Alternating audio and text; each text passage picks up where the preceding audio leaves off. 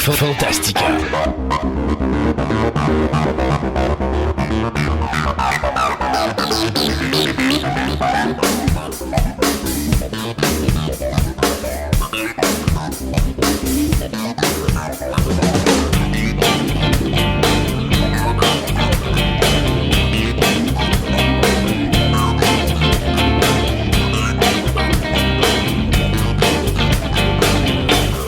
Bienvenue à vous tous à cette version abrégée de l'émission intitulée Fantastica.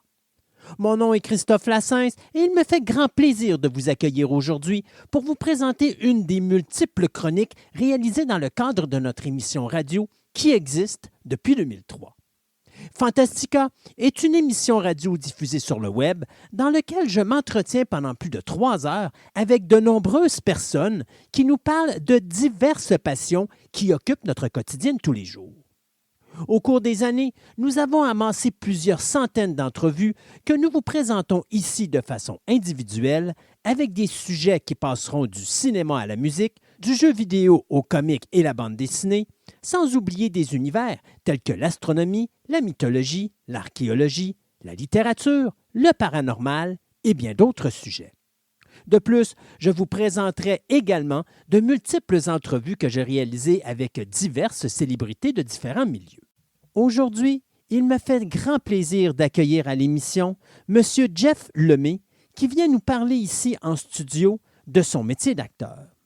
Cette entrevue, qui fut initialement présentée en 2 parties, est intégrale ici, une entrevue dans laquelle M. Lemay va nous parler non seulement de ses expériences dans ce métier qu'est l'acting au niveau du cinéma ou de la télévision ici au Québec, mais également à quel point cette nouvelle passion lui a permis de passer à travers de durs moments au niveau de sa vie personnelle et surtout au niveau de sa santé.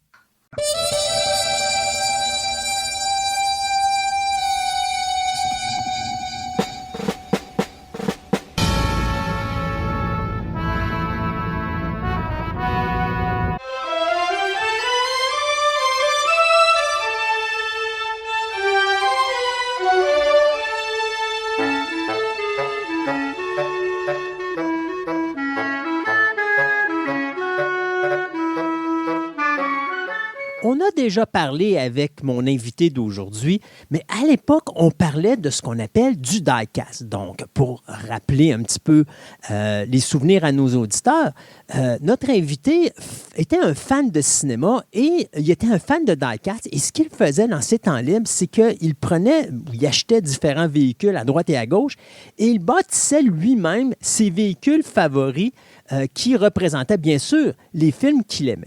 Donc, pour ceux qui s'en rappellent, on va parler avec Jean-François Michaud, qui nous avait parlé à l'époque de sa carrière, ou plutôt de sa passion pour le die-cast. Mais il y a un petit changement à l'horaire, puisque, bien sûr, comme tout bon comédien, Jean-François Michaud a cessé d'être pour devenir Jeff Lemay.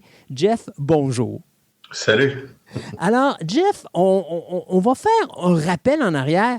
Ta passion à l'époque, c'était de faire des die-casts qui représentaient des films que tu aimais dans différentes séries télé et des films que tu appréciais à l'époque. Exactement. J'en ai fait une soixantaine. J'ai une collection aujourd'hui de 147. Puis j'ai une soixantaine là-dedans, c'est tous des customs homemade, là, soit modifiés, transformés ou complètement faits de A à Z. Puis c'était une grosse passion pendant une bonne trentaine d'années dans ma vie. Et si je me rappelle bien, c'est peut-être ce qui va faire le déclic aux auditeurs, tu avais fait la voiture de Supernatural, qui n'était pas un véritable véhicule à cette époque-là, qui était un assemblage de 2 voitures. Et puis, tu avais réussi à en faire 5, je crois, de mémoire, dont 3 qui avaient été donnés à la production. Toi, tu en avais gardé une. Puis, je me rappelle pas la 5e, ce qui s'est passé avec. Ben, j'en avais fait 5 à ce moment-là. J'avais été approché par le studio Warner par un de mes amis qui, lui, est en contact avec Jeff Budnick, qui était à ce moment-là le Picture Car Coordinator sur Supernatural. C'est lui qui a fait en sorte que l'Impala qu'on connaît dans la série existe.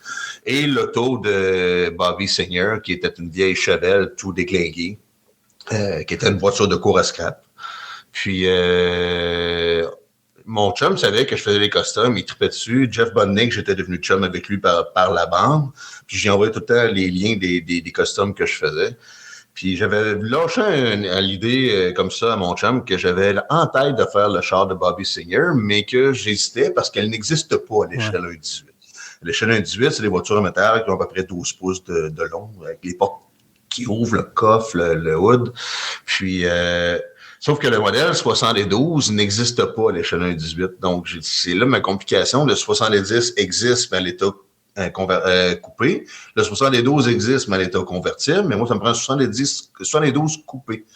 Fait que, en tout cas, faut que je trouve un moyen de voir comment faire en sorte que je peux faire un amalgame des deux chars. Mais le volant vient d'une autre voiture, les roues viennent d'un GM, une roue arrière vient d'un Chevrolet. Ça me prenait 5 voitures pour en faire une. Fait que mon chum, lui, il a eu l'idée de s'ouvrir la trappe et de dire ça à mon chum Budnick qui a dit ça à Warner Brothers. Et là, Warner Brothers ont communiqué avec moi, ils ont dit « On aimerait t'engager pour que tu en fasses 5 ». Mais moi, j'avais juste mentionné à mon chum que j'avais dans l'idée de. Ouais. Fait que c'était pas j'avais rien de coulant le béton de quoi j'aurais pu la faire. Là. Puis là, j'étais pardon, je dis, c'est un beau deal, là. Warner Brothers qui t'approche, c'est quand même quelque chose. Là. Ben, effectivement. Fait que j'ai planché là-dessus, j'ai dit, parfait. Fait que j'ai toutes mes idées.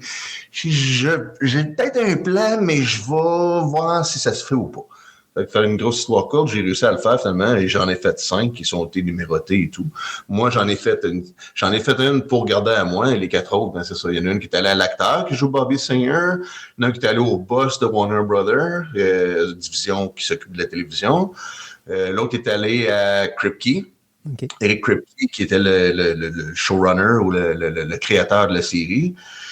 Puis l'autre, je me souviens plus à qui elle est allée. En tout cas, il y en a un autre qui est allé à la production, puis écoute, les voitures ont fait le tour. Au point, ils ont tellement toutes trippé, puis la lumière allumée dessus, fonctionnait.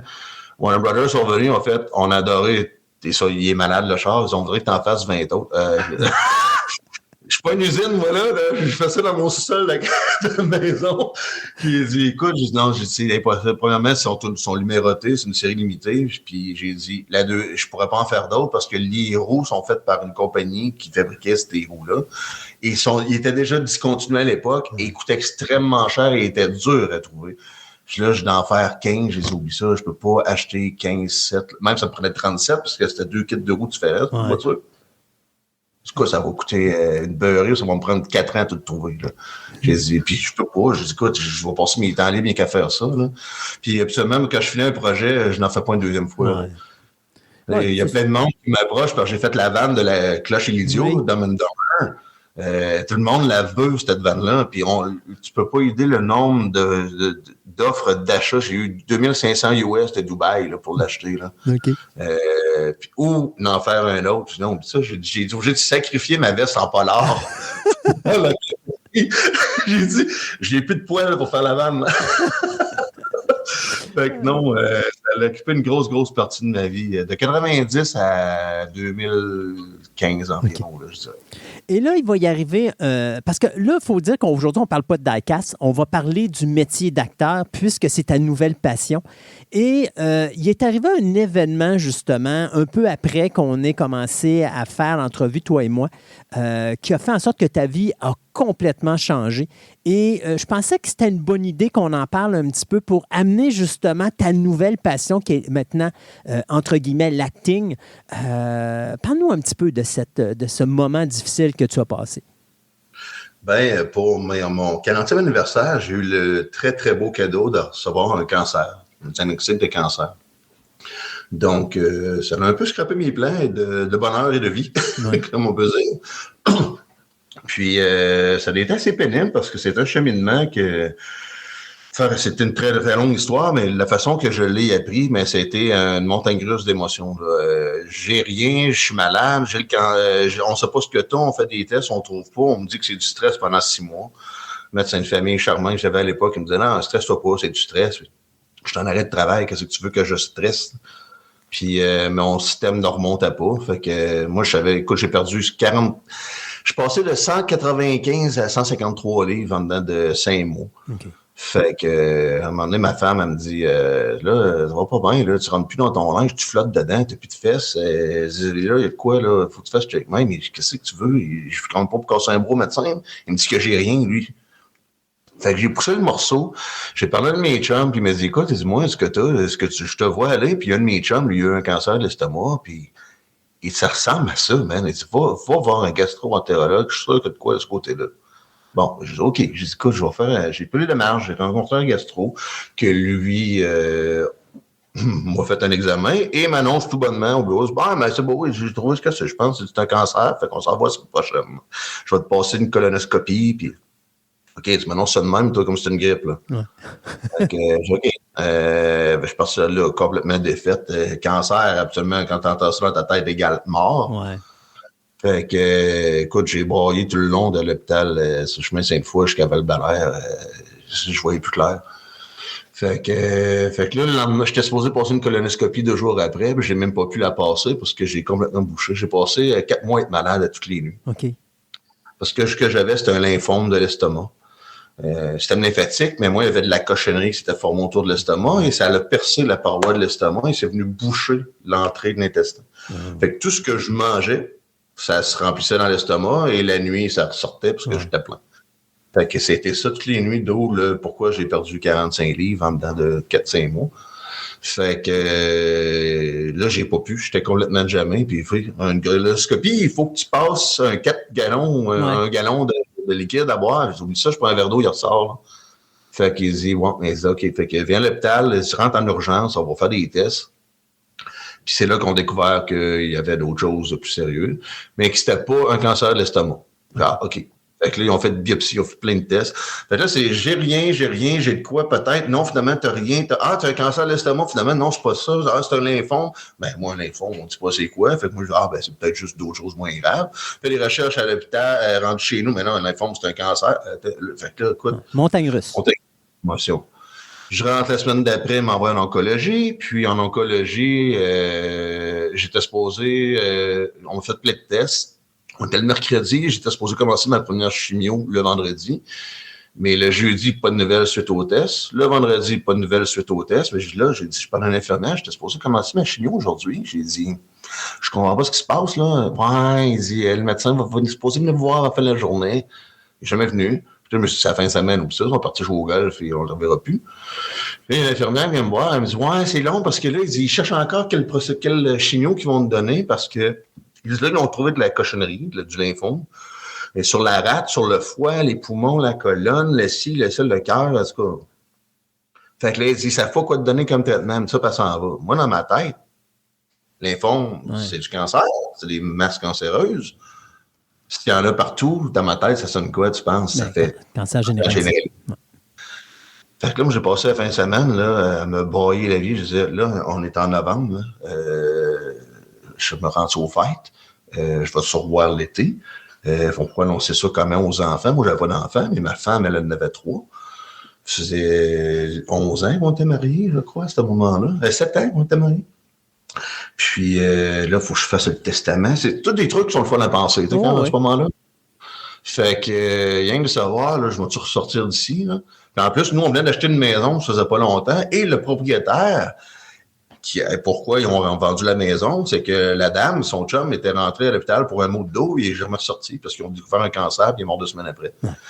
Fait que, tu te dis, OK, fait que là, je suis rentré ici, je ressors-tu? Je vais-tu ressortir la semaine prochaine? Je vais-tu sortir moi aussi, mais les 2 pieds devant?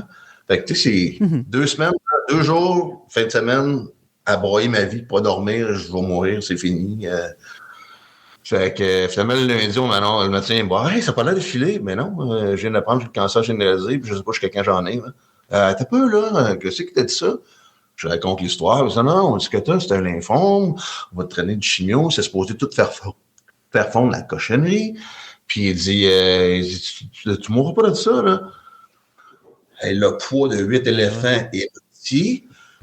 Sauf que c'est ça, le cerveau, hein, up and down, up and down, up and down, le cerveau est tilté. J'ai carrément, la fiose a sauté et j'ai fait une grave dépression pendant 2 ans et demi suite après ça à la chimio qui a été très tough. Écoute, ça fait 9 ans la chimio et j'ai encore des effets secondaires aujourd'hui. Okay. c'est atroce. Là. Les douleurs, il n'y a pas une journée que j'ai pas mal nulle part. Problème de mémoire, de concentration, j'en ai plein. Là. Ça n'arrête plus. Moi, c'est très demandant sur le système. Très demandant. Moi, ça l'a causé en plus de l'arthrose prématurée. Donc, tout ce qui est articulation, il y a des journées où j'ai de la misère à marcher. C'est pas le fun. Hein. Fait que ça m'a causé une belle dépression pendant 2 ans et demi. Chose qui a été très dure sur ma relation de couple aussi. Je me renfermais, évidemment, t'es en dépression. Fait que moi, mon seul échappatoire, c'était mes diecast. Ouais. Je m'enfermais dans le sous-sol, j'allais taponner dans mes affaires. Fait que pendant 2 heures et demie, j'avais à la paix, je taponnais sur mes trucs, je parlais à personne. Puis évidemment, c'était tough sur le couple, comme je disais. Puis ma femme trouvait que c'était trop tough. Fait qu'elle est partie. Et j'ai perdu maison, perdu camion, perdu la famille, perdu les amis. Parce que à un moment, les amis qu'on a, c'est des amis de couple. Puis les amis... Fait que je me suis retrouvé... Je suis passé d'une famille de 6, j'ai perdu mon chien.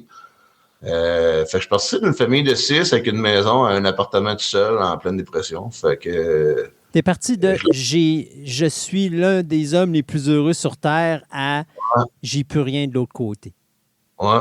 Ben, j'étais pas heureux dans le sens que je détestais aussi mon travail. Fait, OK.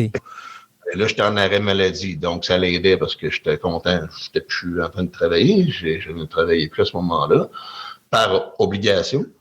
Mais j'étais chez nous, puis ça allait pas bien parce que j'étais en dépression. Fait que, mais j'avais tout ce qu'un gars, pour être heureux, voulait. J'avais la belle maison, le camion, la famille, le chien, on voyageait. La vie presque parfaite, quoi. Oh ouais, c'est ça. Et Joe, j'avais quand même une bonne job. Je faisais un foutu bon salaire. Puis le jour au lendemain, je me retrouve dans un 4,5 tout seul, passé de 6 à 1. Hey, tabarnak, je le regardais souvent le balcon, je me disais là, j'étais curé. J'étais rendu dans le noir, plus noir que noir là, dans ma vie. Fait que là, quand on arrive dans le fond de la cage, à un moment donné, même ta passion que tu avais pour le diecast n'était plus assez. Donc, à un moment donné, il fallait que tu trouves autre chose. Et c'est peut-être cette nouvelle passion-là qui a fait que tu as été capable de t'en sortir. Ouais. Ah non, qu'est-ce qui était passe-temps, trip, comme je disais, c'était ça, mes diecast. Puis, ça a pris le bord, là. J'avais plus le goût de faire ça. Il n'y avait plus rien qui me tentait, là. J'étais ailleurs encore maintenant. Et bizarrement, pendant la convalescence et après la chimio, alors que là, je savais que mon ancien travail, je ne pouvais plus le faire physiquement parce que c'était très demandant physiquement. Puis là, je me dis, qu'est-ce que je vais faire? Je suis rendu, je vais avoir 40 ans dans 3 mois. Je peux plus faire mon travail. J'ai passé 25 ans de ma vie à me demander ce que je voulais faire dans la vie. Là, j'avais plus besoin de me poser cette question-là. Puis là, il faut que je me renouvelle. Il faut que je me demande, faut que je trouve qu'est-ce que je veux faire du reste de ma vie. Là. Et j'ai eu ça qui est arrivé par la bande, par hasard, par soudain, par pur, je sais pas comment dire ça, un destin. Par accident. Ouais, par accident. Et j'ai vu une publication passer qui disait qu'il recherchait un aviseur technique en manipulation d'armes à feu sur un plateau de tournage. Wow! C'était sur la série Les Pêcheurs que j'adorais à l'époque, qui était une sitcom avec Martin Petit. Puis j'écoutais ça depuis déjà 2 saisons. Je fais, c'est donc bien cool. J'ai communiqué avec eux autres. Moi, ça faisait déjà pratiquement 20 ans que je travaillais avec les armes à feu. Fait que je communiquais avec eux autres, j'ai envoyé un email, ça a pris 2 minutes, le téléphone a sonné. Il était en plein été, il devait être en manque de personnel, je ne sais pas. Puis il m'appelle, il dit, écoute, oui, t'es-tu disponible mardi, mercredi, jeudi cette semaine, la semaine prochaine? Je dis, oui, pas de trouble, parfait, on tourne dans le coin de Magog, à telle place, dans le bois, autour d'un chalet, au bord d'un lac. Puis, parfait, faut que tu sois là à 7 heures. OK, pas de trouble. Moi, j'arrive là, je voyais que, là, je me présente au monde, je vois le plateau de tournage, j'avais jamais vu un plateau de tournage de ma vie.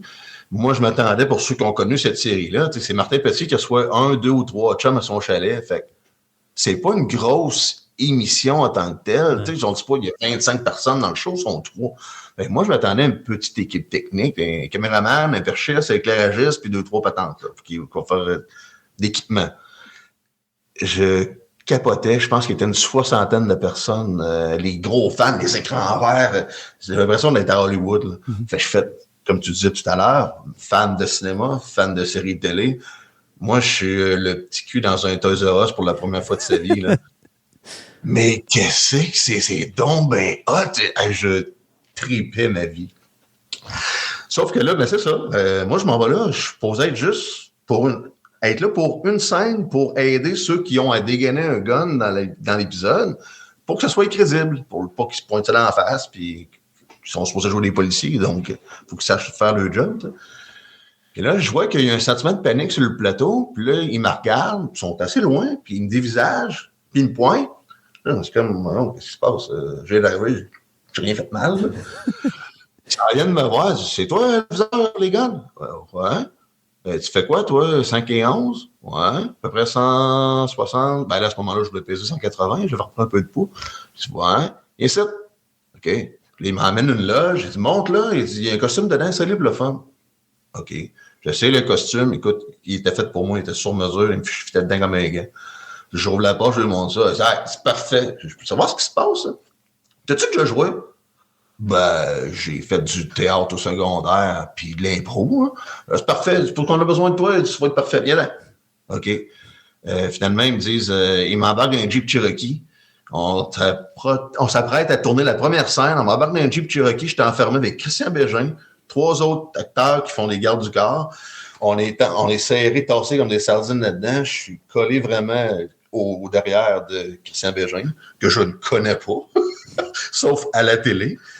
Puis là, ben, on s'entend qu'on est mal à l'aise toute la gang, on se connaît pas personne, puis ça fait 10 minutes qu'on attend le OK pour la première scène. Moi, je sais pas tout ce que je vais faire. Il me dit juste, tu vas ouvrir là, tu ouvres la porte, tu te places à côté, puis tu fais le garde. OK, parfait. Puis moi, ben, pour casser la glace, j'ai eu l'idée de dire à Christian Bégin, je dis, ouais, mais si quelqu'un m'avait dit, il y a 2 jours, que j'aurais le derrière collé sur Christian Bégin dans un Jeep Cherokee, j'aurais pas cru à ça. Tout le monde éclatait de rire. Christian, évidemment, avec sa petite voix. Ouais, c'est drôle, hein, comme avec la vie, nous. Hein. Ben oui, j'ai dit Colin. Fait que ça a bien cassé la glace. Ça a été un 3 jours magique. J'ai été dans l'épisode, on me voit, je pense, 17 minutes sur 22. Je suis toujours là quelque part.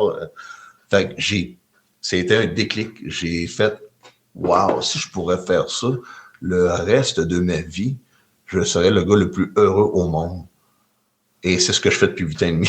Ouais, wow. Mais comment ça s'est... Une fois que tu as eu fini ça, ça a été quoi, par la suite, la façon que tu as pu poursuivre dans ce milieu-là? Parce que, est-ce que ça t'a ouvert des portes qu'il y a des gens qui ont dit « Hey, écoute, tu vas voir cette personne-là, c'est un agent capable de t'organiser quelque chose » ou il a fallu, toi, que tu fasses des démarches pour trouver un agent, pour justement trouver des nouveaux projets, des choses comme ça? Comment ça a fonctionné à partir de là?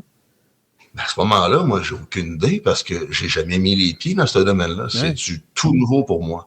Fait que là, je me suis dit, OK, là, je suis retourné chez moi. J'ai fait, wow, j'ai trippé ma vie.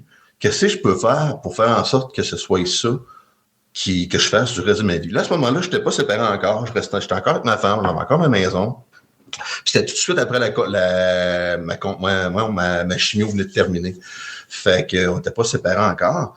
Puis là, je dis ça à ma femme, je dis, là, je viens d'avoir une épiphanie, là. J'ai dit, je viens de savoir ce que je veux faire du reste de ma vie, là. Je peux faire mon autre job, je viens de le trouver, c'est quoi? Et c'est quoi tu veux faire? Je veux être acteur. Ben, pas arrêter, voyons, on va dire, être acteur, tu fabules, là. Voyons, tu deviens pas acteur de même, là. Moi, je te le dis, je te le sais, moi, quand j'ai quelque chose dans la tête, je l'ai pas dans les pieds, watch-moi aller. Tu sais, le hold my beer, là, comme on dit tout le temps. Ben, moi, c'est ça. Je dis, ouais, moi, plus qu'on va me dire c'est impossible à faire, plus qu'on va me dire tu seras pas capable, plus je m'aurais défoncé les portes pour prouver que je suis capable de le faire. Fait que j'ai fait, sauf que là, je fais quoi? Je connais pas ça. C'est quoi que je peux faire? Je voyais souvent, après ça, par la suite, des publications sur Facebook. J'ai trouvé des pages Facebook de figuration, demandes d'acting, des projets bénévolats, des projets étudiants, puis ça. J'ai fait, OK. J'ai dit, écoute, moi, j'ai pas fait l'école de théâtre. J'ai pas fait le conservatoire. Jusqu'à là, 3 jours, je savais pas que ça, je voulais faire de ma vie. J'ai fait du théâtre au secondaire, comme je disais tantôt, mais je détestais ça. J'aimais la fraternité derrière la scène, de pratiquer tout ça, mais de jouer devant le public, le shake, le stress, écoute, puis tu te trompes, t'as l'air fou, là. Tu peux pas dire couper, on reprend, là. Fait que le théâtre, c'était pas pour moi. Fait que j'ai jamais pensé, moi, petit gars de Québec, je m'en vais en théâtre et je vais faire une carrière non, zéro puis une barre. Mais avoir su que le cinéma, c'est Montréal, hein, le cinéma, la télé. Québec, ce moment-là, il n'y a pas d'Internet, pas rien, tu ne peux pas t'enseigner. Il n'y a pas de cours de cinéma, il n'y a pas de cours d'acting, il n'y a rien qui se donne là-dedans, autre option théâtre. Fait que j'ai jamais pensé orienter ma vie pour ça. La différence entre le cinéma à Québec et le cinéma à Montréal, c'est qu'à Québec, tu as les cours techniques, puis à Montréal, tu as les cours pratiques. Moi, je sais, quand j'ai suivi mes cours cinéma, c'était ça la problématique. Je voulais prendre des cours ici au niveau production à Québec, puis la meilleure façon que le meilleur cours que j'ai eu, c'est qu'on m'a foutu en psychologie. Pour aller voir mes cours de scénarisation, réalisation, tout ça, je partais, puis je travaillais le jour, puis le soir, je montais à Montréal, suivre mes cours le soir, puis je revenais à la fin de la soirée, puis le lendemain, je recommençais à travailler, puis après ça, quand j'avais fini mon cours, j'avais fini de travailler, mettons, à 4 heures, je prenais mon char, puis à 7 heures, j'étais à Montréal, puis j'avais mon cours cinéma. C'était comme ça. C'était la seule façon pour moi de trouver ça. Et c'est la problématique au Québec. Si tu veux de la pratique, tu ne peux pas rester à Québec. Il faut que tu sortes de Québec. Tu n'as pas le choix. Ah, carrément. Fait que, c'est ça. Jusqu'à là 3 jours, je savais pas que je voulais faire ça. Fait que je fais quoi, là? Fait que j'ai dit, écoute, je peux pas annoncer non plus à ma femme, écoute, je te plante avec la maison des enfants, puis je m'en vais 2 ans à Montréal, au conservatoire, là. Je viens d'avoir une nouveau type, là. D'ailleurs, je scripte les paiements, je peux pas aller à l'école pour faire les paiements de maison. Tu sais, c'est impossible. Fait que j'ai fait, OK, regarde, je vais faire ma trail de boîte. Je vais prendre mon expérience par moi-même. Je vais voir ce que je peux faire avec ça. Je vais pousser comme je peux. Je vais voir si j'ai moyen de me rendre à quelque part avec ça. Fait que j'ai commencé à accumuler les petits tournages par-ci par-là. Je voyais on va faire un petit tournage étudiant à telle plage. Elle donnait mon nom, il me prenait. Mais là, juste sur les pêcheurs, ce qui est arrivé, c'est que un des autres gardes du corps qui jouait là-dessus était un ancien policier retraité. Il me dit, hey, tu fais quoi en fin de semaine, toi? Ben, je fais rien. Pourquoi? Il dit, il tourne un long métrage à Montréal. Il dit, c'est pas UDA, rien. Et c'est un projet France-Canada. Il dit, puis ils cherchent les policiers, je crois, pour une scène. Ils font une descente de police, puis ils ont besoin de policiers. Ah, j'ai dit, OK. Mais ils appellent ce numéro-là, puis j'appelle, je lui compte ça. Ben, tabarnouche, oui, viens-t'en, envoie-nous tes mensurations. Puis il dit, viens samedi. Fait que là, j'arrive là, puis le samedi, puis comme j'avais déjà de l'expérience avec les armes, les déplacements tactiques, tout ça, ils me disent parfait, c'est toi qui vas défoncer la porte dans le centre de police. Puis là, ça se met à tirer partout. Puis et ça fait que tu vois, t'as le sergent avant qui défonce, puis avec le dos, ça rentre, ça se met à péter. Là, puis il se donne un coup, puis il me donne 3 lignes à dire c'est mon deuxième tournage, puis là, je parle, donc c'est cool. Fait que là, c'est une scène d'action. Moi, je suis maniaque de films d'action. Fait que là, tu m'embarques dans un élément où que je capote. Fait que j'ai tripé. On retourne à Montréal. Mais ça donne que le réalisateur, à force de parler, on était là-dessus peut-être un 8-10 heures, il parle à sa blonde, j'entends parler, on se rend compte finalement que le gars, il reste à 2 minutes de chez nous à Québec. OK. C'est un gars de Québec. Puis on est voisins sans le savoir. Fait qu'on ça en a encore plus cliqué entre nous deux. Puis la semaine d'après, il redescend à Québec, on se met amis Facebook, on se jase, il me dit, écoute, je tourne une pub web pour une organisation, tout ça, j'aurais besoin d'un acteur que je cherche pour jouer un homme d'affaires, tu fais très parfait le rôle. Cool, parfait, oui, ça m'intéresse. On va faire cette petite pub-là. On est 3 acteurs là-dessus. Il y en a un autre que je rencontre ce tournage-là, que lui tournait autre chose la semaine d'après. Il cherchait un chef mercenaire pour une gang de criminels. Il n'y avait pas l'acteur. Il a parlé au réalisateur. Là-dessus, j'ai connu un gars de son qui travaille pour Kino Québec, qui faisait du son à ce moment-là, qui était Alex Laberge, qui est un dieu du son pour moi. Hein, c'est une machine. Puis lui me fait connaître un autre de Kino. Puis finalement, je me rends compte que dans la gang, à ce moment-là, il y avait le président Kino Québec qui était au cégep en cinéma de Limoilou. Puis il cherchait un acteur pour jouer un tueur psychopathe dans son film de fin d'année étudiant. J'ai fait l'audition, je leur ai fait peur, ils m'ont pris. Et j'ai connu Kino Québec par la bande grâce à ça. Fait que là, à partir de là, ils ont fait après ça un cabaret kino qu'on appelle, qu'il faut qu'en 72 heures, il faut que tu écrives un film, il faut que tu le tournes, il faut que tu réalises, tu le montes, puis qu'on le présente 72 heures après.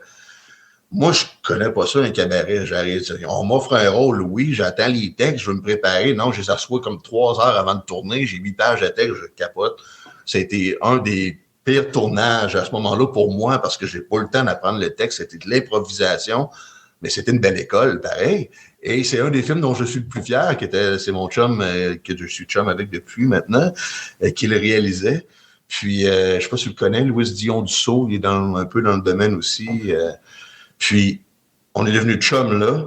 J'ai connu Kino, j'ai trippé, j'ai embarqué, là, ça fait 6 ans, je crois, que j'étais avec Kino Québec. Fait que moi, j'ai trouvé ça, c'est le parfait outil pour apprendre ma trille de boîte, me faire l'expérience, varier mes rôles, apprendre sur le tas, autodidacte carrément dans le domaine.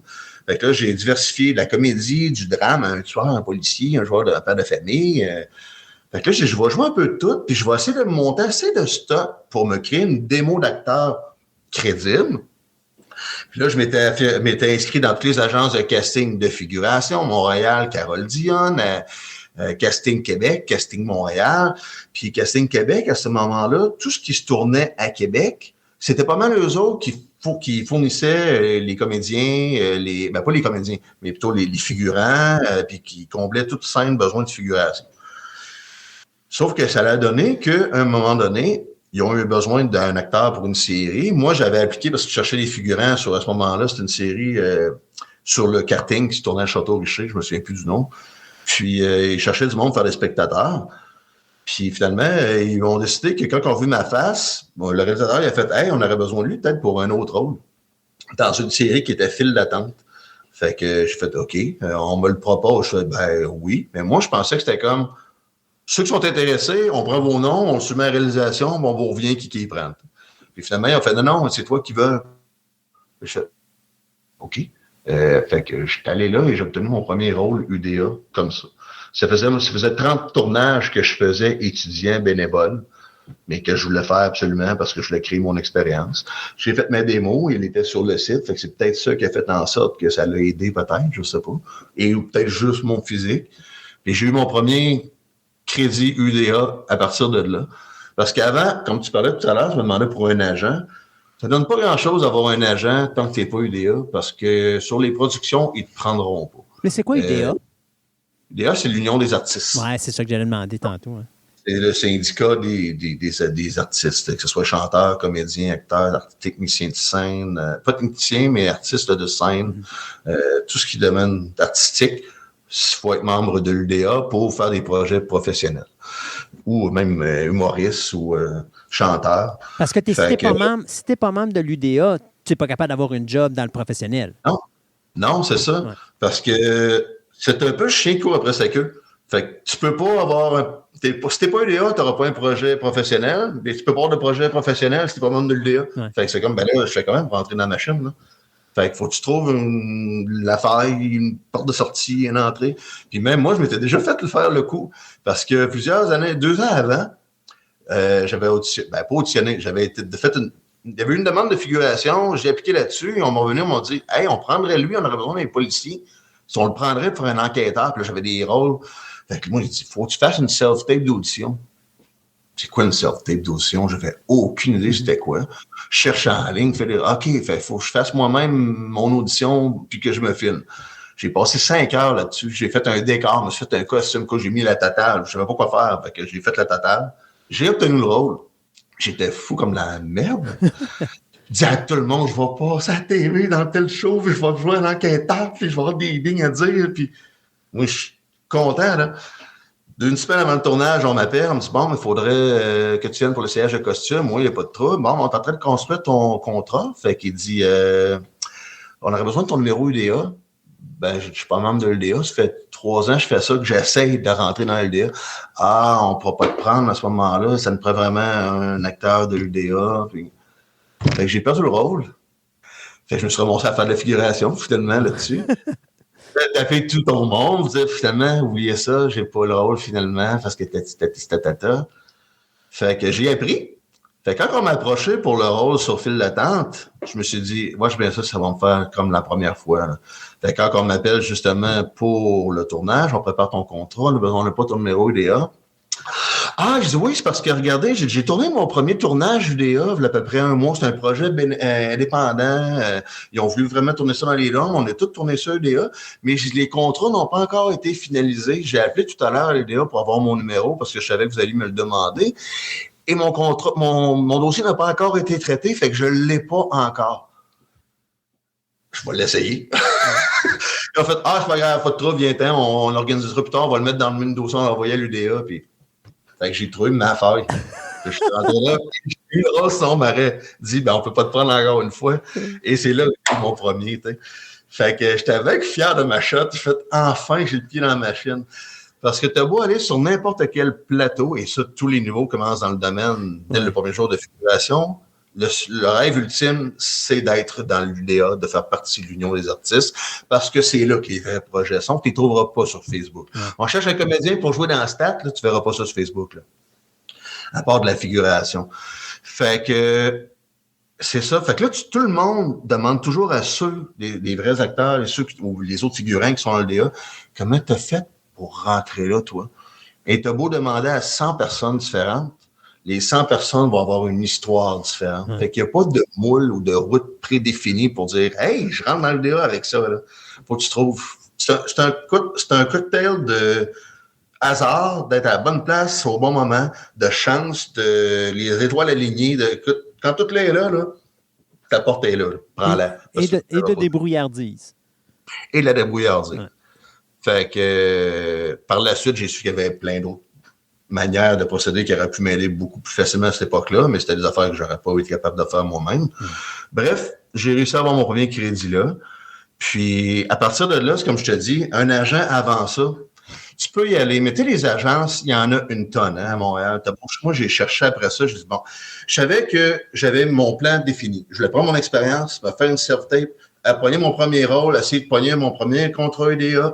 Moi, j'avais déjà toute une feuille d'établi, une route que je voulais, les objectifs à atteindre, puis je les montais tous, je les cochais toutes une en arrière de l'autre. Là, j'étais rendu, j'ai eu mon premier crédit UDA. Prochaine étape, ça me prend un agent. Je cherche-les, les agents, il y en a en maudit. Puis moi, ce que je voulais pas, écoute, j'ai cherché sur Facebook, j'en ai trouvé une 50aine. J'ai tout liké les pages pour suivre. Mais là, j'ai dit, qu'est-ce que je vais faire pour trouver la bonne? Moi, j'ai dit, je voulais pas, écoute, je suis tombé sur une agence, hey, wow, Patrice Robitaille, Guylaine Tremblay, Luc, tous les gros noms, sont 5-6 acteurs là-dedans. Bon, OK, oui, c'est une grosse agence. Moi, ça me donne rien d'essayer de rentrer dans cette agence-là. Moi, je suis le petit cul que personne ne connaît, qui est dans le bas de la gang, dans le fond du panier. Tu penses vraiment qu'ils vont t'appeler pour tourner? Ah non, les autres, ils veulent faire du cash, là. Fait qu'ils vont placer le vedette, là. Ben, pour que les auditeurs comprennent, une agence est payée un pourcentage de ce que tu fais dans ton contrat. Donc, si, mettons un exemple, tu gagnes 100 000 $ pour une job, ben eux autres ont quoi? 1 2 15 C'est 15 ouais. Fait que c'est pas mal la norme dans toutes les agences, c'est 15 Fait que tu vas chercher tes meilleures vedettes parce que c'est eux qui te rapportent le plus d'argent. Ben oui, si place quelqu'un, c'est une série qui va faire 150 000 $, c'est sûr qu'à 15 hein, les autres sont heureux, en maudit, de l'argent qui rentre dans l'agence. Exact. Fait que toi, t'es le petit qui vient de rentrer en bas que personne ne connaît, et bonne chance, là, ils vont faire tout travailler son gros monde, puis toi, t'es en bas, t'auras jamais rien. Mm-hmm. Puis il y a beaucoup d'agences aussi qui te font payer des frais annuels, puis il y en a beaucoup qui sont juste là pour ramasser tes frais, mais ils ne trouvent pas de job, là. Ouais. Fait que trouver la bonne agence, une vraie réputée, qui connaît ça, puis je voulais pas trop de gros noms. Fait que ça me prendrait une agence qui est jeune, qui a faim, parce que puis qu'il n'y a pas de grosses vedettes dedans. Puis je me suis dit, ils vont tout faire pour faire travailler les artistes. Comme ils sont jeunes, ils vont avoir faim, il faut qu'ils fassent travailler les artistes, sinon l'agent n'est pas payé, là. Puis l'agence va fermer s'il n'y a pas d'argent qui rentre, là. Fait que j'ai dit, ça me prend ça, mais pas non plus quelqu'un qui fait comme, hey, je m'organise une agence sur le flash, je connais pas ça, puis je me trouve du monde, puis on va essayer de caster ça. Fait que je voulais quelqu'un d'expérience, mais jeune. Quelqu'un qui, tu sais, fait bonne chance de trouver le match parfait. Ouais. Je pensais pas réussir à trouver ça, là. Fait que ça reste comme ça. J'ai tourné sur un plateau de tournage qui était tourné à l'aéroport de Québec, qui était pour une production taïwanaise. Je faisais évidemment de la figuration là-dessus, parce que je parle pas taïwanais. Puis je rencontre 2 personnes là-dessus que j'avais déjà vues ailleurs, puis on se met à jaser, puis on parle de nos cheminements, puis tout ça. Puis là, j'ai dit, je compte tout ce que je viens de te compter, parce qu'ils me demandent où est-ce que moi je suis rendu dans le cheminement. Je suis rendu à l'étape, là, je me cherche un agent. Là, je lui ai dit ce que je recherche justement, mais ils font, hey, nous deux, on fait partie de la même agence. Et il dit, je pense que c'est exactement ce que tu recherches. Parce que elle avait l'agence, elle s'occupait de l'agence Pinot, qui est une agence pour les enfants de 0 à 17 ans. Eux n'ont pas besoin de faire partie de l'UDA parce que c'est des enfants, les besoins sont autres. Donc, mais sauf que le problème, c'est que l'agence Pinot, c'est très reconnu comme agence. Tous les enfants sont quasiment de cette agence-là. Puis quand ils tombent à 17 ans, ils sont comme laissés à eux autres mêmes parce qu'ils tombent adultes, ben, trouver un autre agent. Ça, c'est plate, on peut plus gérer ta carrière. Fait qu'il y en a un des deux qui est aujourd'hui mon agent, qui a dit, écoute, moi, je vais me dissocier de l'agence et je vais partir mon agence à moi, adulte. Comme ils nous connaissent quand ils vont tomber à l'âge adulte, c'est moi qui vais les prendre en charge. Puis comme ça, ils vont continuer d'être dans la famille. Puis là, ben, je vais trouver d'autres membres du casting, je vais chercher du 40-60, du 50, toutes les autres tranches d'âge. Fait que elle venait, c'était tout nouveau qu'elle venait de starter ça, mais elle avait probablement 15-20 ans d'expérience déjà, ce qui est exactement ce que je cherchais. Elle n'avait pas de vedette encore. Quand elle m'a approché, j'étais le seul de ma tranche d'âge. Fait que je suis comme, wow, c'était ce que je cherchais, c'était le match parfait. Fait qu'il me compte ça, je fais, pardon, ça m'intéresse, je vais essayer de fouiller ça cette semaine. J'ai pas eu le temps de fouiller l'agence. J'ai reçu un appel 2 jours après. C'était mon agent qui me dit, écoute, je t'ai travaillé avec 2 de mes poulains en fin de semaine, ils m'ont compté ça, puis tu cherches un agent, puis fait que là, c'est quoi que toi tu recherches comme but, là? Je dis, moi, je veux pas faire de la figuration, je déteste ça pour mourir, moi, je veux jouer, moi, je vise le top, là. Mais en fait, ben, c'est ça, je veux du monde de même, parce que les agences de figuration, il y en a à tonnes à Montréal, puis moi, je suis pas une agence de figuration. Je veux du monde qui veulent jouer. Fait qu'on a jasé 2 heures au téléphone, et tout ce qu'elle me proposait, c'était ce que je voulais. J'ai dit, wow! Ben, je suis parfait, je te signe. Puis elle m'a dit, normalement, je passe les auditions pour t'avoir dans l'agence et tout. Mais elle dit, écoute, je t'ai vu sur Facebook, j'ai vu les projets que tu as faits, j'ai vu ta chaîne YouTube, j'ai vu, et dit, écoute, je sais que tu es capable de jouer, et je te prends sans audition, puis je sais que on peut aller loin tous les deux. OK, dans ma tête, tu te dis, bah, c'est-tu du baratin d'agent? Je connais pas ça, c'est toujours le milieu. Mais écoute, un agent, c'est un contrat d'1 an. Ça ne fâche pas ton affaire après ça. C'est merci, bonsoir, tu passes à un autre appel. Tu en trouves un autre. Mais j'avais un bon feeling. Sensation, un bon feeling avec elle. Et je suis avec depuis 4 ans, 5 ans, je pense. 4 ans avec elle maintenant. Puis je l'adore, c'est une machine. Fait que j'ai vraiment trouvé mon match parfait. Puis fait que c'est comme ça j'ai trouvé mon agent, puis c'est comme ça qu'il faut faire aussi, parce que tant que tu ne l'es pas, ça donne rien. Tu ne pourras pas travailler sur les plateaux, à moins d'une chance grandiose, qu'ils ont cherché pendant 6 mois, puis t'es la perle rare. Mais tu sais, les affaires l'histoire d'Hollywood, comme on entend, « Hey, je t'ai vu sur une coiffeur, je t'ai pris, j'ai un rôle pour toi. » Ça arrive, là, mais c'est une chance sur 1 million, genre. Ouais. Fait que, attends pas qu'on te découvre au Starbucks du coin, là. Ça arrive pas, là. Fait que, et c'est ça, c'est de manger tes croûtes, parce que quand tu es dans l'Union des artistes, là, t'as des crédits à ramasser. Parce que là, comme je disais tantôt, j'ai eu mon premier crédit, un demi-crédit, parce que c'était un rôle muet que j'ai eu.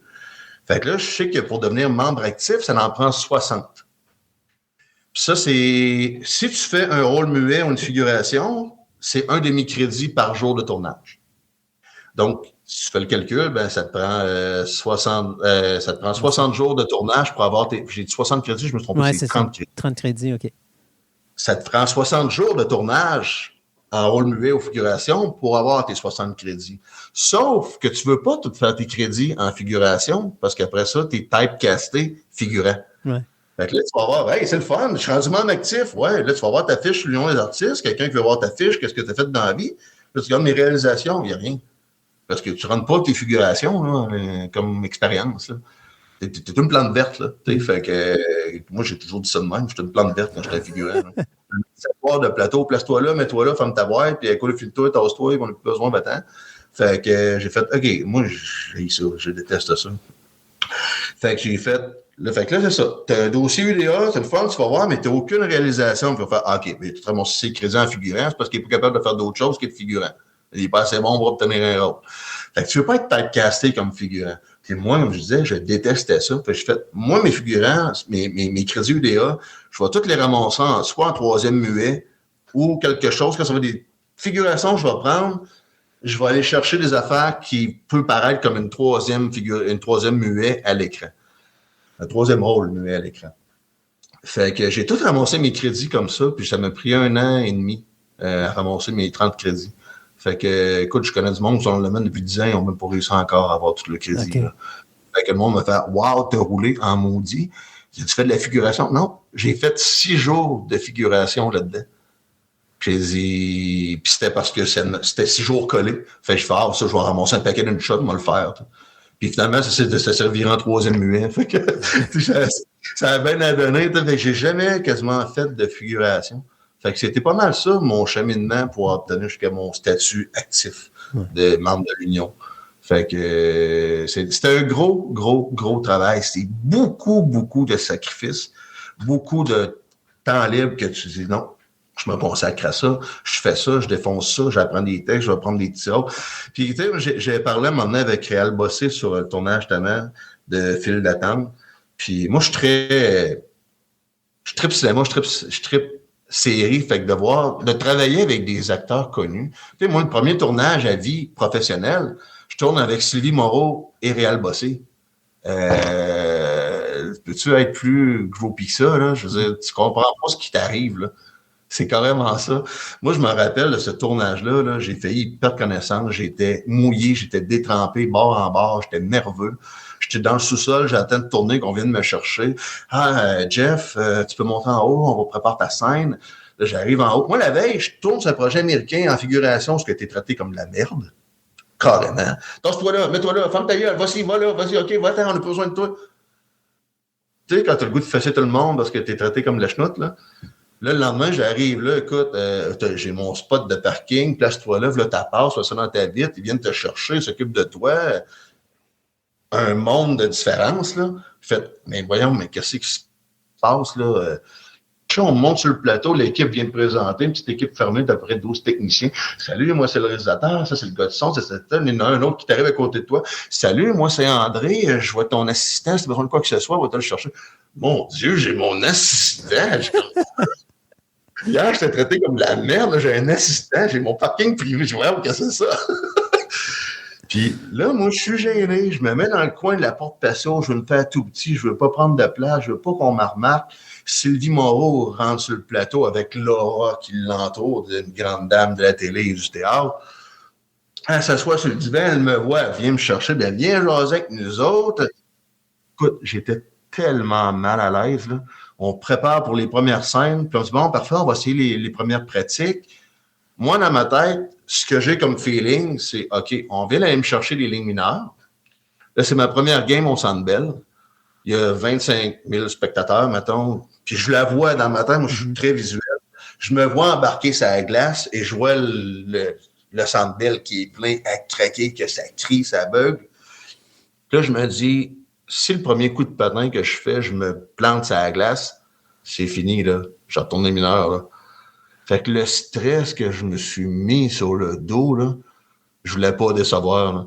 Fait qu'on fait la première take, puis j'avais un rôle muet, puis ça, je trouve ça ingrat un peu, parce que, tu sais, on te parle, puis tu peux pas répondre. Mm-hmm.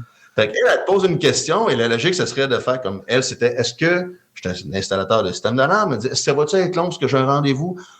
Ça aurait été quoi, moi, de répondre? Non, j'en ai pas une demi-heure max. C'est bonsoir, tu sais, la réalité, c'est ça. Mais t'es pas payé au même salaire. Mais t'es pas payé au même salaire. Faut que tu fasses quand elle te répond, c'est que tu parles en faisant des faces, tu sais, puis c'est pas naturel, c'est pas crédible.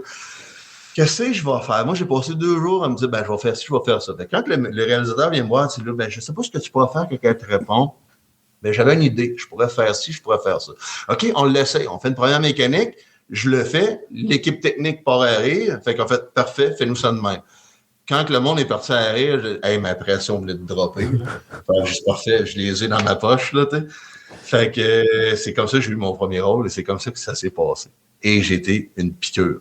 Fait que j'ai fait vraiment mon expérience sur le tas, par référence, du bouche-à-oreille qu'on me proposait. Et c'était 30 tournages que j'ai fait comme ça, à être mon propre gérant, aller chercher mes propres contrats. Puis jusqu'à ce temps que ce soit le moment où j'ai mon premier tournage professionnel. Et là, j'ai besoin d'un agent pour aider. Parce qu'un agent, c'est un peu ton employé, elle travaille pour toi, mais elle travaille fort en maudit. Fait qu'elle mérite son 15%. Puis elle me trouve tellement des beaux projets, des beaux contrats. Puis, écoute, je veux la garder tout le temps. J'adore mon agent Virginie, c'est une perle. Puis, j'étais avec elle depuis le début, comme je te dis. Fait que, non, puis j'en mange. Je te dis, j'en mange de mon métier. Hein. À partir de là, tu vas commencer probablement à aller chercher des plus gros rôles. C'est long. C'est très, très long. Parce que même quand tu rentres les deux pieds, enfin, quand tu as les deux pieds enfin dans la machine, on donne pas un rôle vedette là, dans une série comme ça là, non plus. Mhm. Faut que tu passes Tes tes preuves. preuves, tes miettes. Fait que c'était, comme je disais, la première partie. J'ai accumulé les tournages, je voulais pas te faire de la figuration, j'ai eu beaucoup de troisième muet. Pendant la première année, je me dis, si je peux décrocher un troisième parlé. Tu sais, ce qui différencie les rôles, pour un troisième rôle, c'est de 1 à 3 lignes de texte. Pour un deuxième rôle, c'est entre 3 et 9 lignes de texte. Et pour un premier rôle, c'est 10 lignes de texte et plus. Puis après ça, évidemment, dans les premiers rôles, tu as rôle principal, rôle récurrent. Mais c'est ce qui différencie premier, deuxième, troisième. Ou des fois, ça peut être un projet où presque personne parle, mais là, ça va être ton pourcentage de présence à l'écran. Mais habituellement, ça va être le nombre de lignes qui détermine ce qui est un premier, deuxième ou troisième rôle. Troisième muet, figuration. Okay. Évidemment, le salaire va en conséquence de la classe que tu fais. Fait que au début, c'est vraiment beaucoup du troisième muet. Écoute, c'était ça pendant quasiment 1 an. J'ai pratiquement tout ramassé mes crédits comme ça. Puis la deuxième année, j'ai visé un troisième muet. J'ai commencé à en avoir. Oh, cool. Et encore là, c'était par erreur. Moi, j'ai toute une circonstance. C'est toute une accumulation d'erreurs et de hasard. Je me ramasse un projet, écoute, d'Alexis Durambeau. Et on peut-tu, c'est un des plus grands au Québec en réalisation. Fait que, juste pour situer, c'est qui, pour ceux qui connaissent pas ça, c'est lui qui est derrière Mégantic, Chantal Daigle, Sortez-moi de moi, Portrait robot. Donc, c'est un gros nombre. Fait que c'est sa femme, c'est Sophie Lorrain. Fait qu'ils sont dans le milieu, c'est des hauts de la gang. Je me ramasse là-dessus sur Sortez-moi de moi, je fais un agent double qui est supposé de la figuration. Et moi, je vois la description, agent double, oublie ça. C'est sûr qu'on va me voir faire de quoi. Je peux pas être un figurant dans le fond pour penser que c'est un agent double. Je me ramasse là, finalement, on me voit en gros plan. Il faut que je parle en poisson parce que je suis pas payé pour parler. Fait que parler en poisson, c'est faire blablabla, puis qu'on t'entende pas, on prenne pas ta voix. Sauf que je suis en gros plan. On me voit sortir d'un hôtel pendant que Vincent Leclerc rentre dans l'hôtel, la caméra le suit. Après ça, c'est moi qui sors l'autre bord, je suis un agent double, je parle à mon oreillette. Et je suis censé dire quelque chose, mais on ne me comprend pas. Moi, dans ma tête, je savais que ça ne fitterait pas. Mais je suis qui pour dire à Alexis Durambeau, excuse-moi, de ta scène, ça ne marchera pas. Fait que je vais dire, écoute, ta job, t'es payé pour pas parler, parle pas, puis ferme-toi, puis fais ta job. Mais j'avais un feeling que ça ne marcherait pas, la scène. Fait que moi, j'ai mis des mots pareils qui fitteraient avec la scène. Et effectivement, 3 mois plus tard, je reçois un appel. Ouais, on fait le montage, ça marche pas ta scène. Fait qu'on voudrait savoir, c'est-tu possible que tu puisses venir en studio pour réenregistrer une voix par-dessus ta voix? OK. Fait que j'ai obtenu mon premier rôle parlé sans avoir un rôle parlé sur plateau. J'ai retourné en studio, j'ai été payé comme 3 fois plus cher que si je l'aurais fait sur place. Puis j'ai dit, à ce moment-là, il ne savait pas quoi me faire dire. Fait que j'ai dit, ben moi, je sais quoi dire. J'ai dit ces mots-là. Je n'ai juste pas parlé. Fait que on l'essaye, on le fait, c'est parfait, c'est ça que tu vas dire. Moi, j'avais juste dit agent activé. Puis ça va filer avec la scène, jamais me le demande.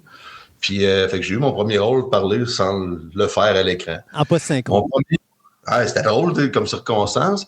Et après ça, Alexis Durambeau m'a rappelé pour Mégantic. Là, j'étais heureux et fier. Là, c'était mon vrai premier rôle parlé à l'écran. J'étais dans une scène avec Eric, je me rappelle, j'ai un blanc. Puis une belle scène où c'est un plan séquence en plus. J'ai 3 lignes à dire là-dedans.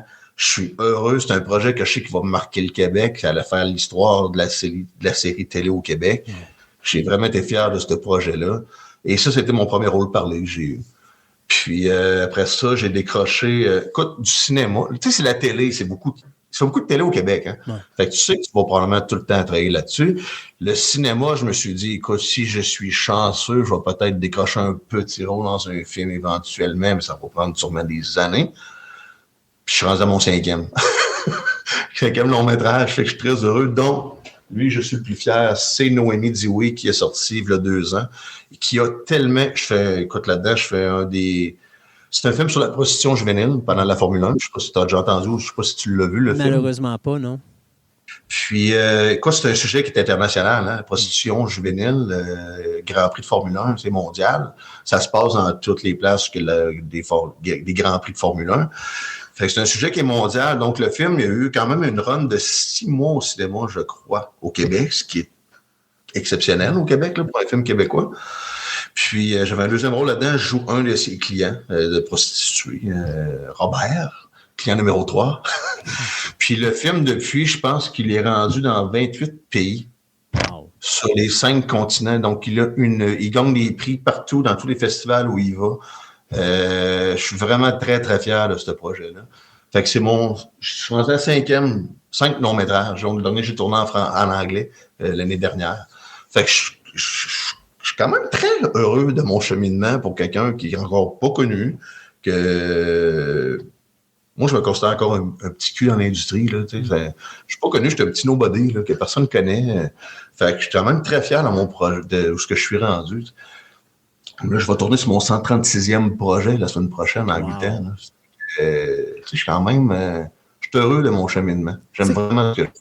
C'est quoi la différence de travailler à la télévision puis travailler au cinéma? Parce que c'est pas la même dynamique sur un plateau de tournage. Là. Moi, je trouve qu'il n'y en a pas. Okay. Je vois pas la différence. Quand tu tournes, tu es sur le plateau, c'est comme ça pourrait être pour une série autant que pour un court-métrage, que pour un long, que il n'y a pas de différence. C'est la même affaire, c'est la même technique. C'est la même... Moi, je pensais, mon premier plateau de cinéma, j'allais faire « Wow, là, je suis en cinéma, c'est hot, là! » Mais non, j'ai pas vu de différence. Bon, j'ai été traumatisé parce qu'il fallait que je joue à poil. Ouais. C'est peut-être pour ça que j'ai pas remarqué tant que ça. Une première? Le premier film au cinéma, je suis tout nu. Mais j'ai fait, OK, j'étais pas bien. J'étais vraiment pas bien.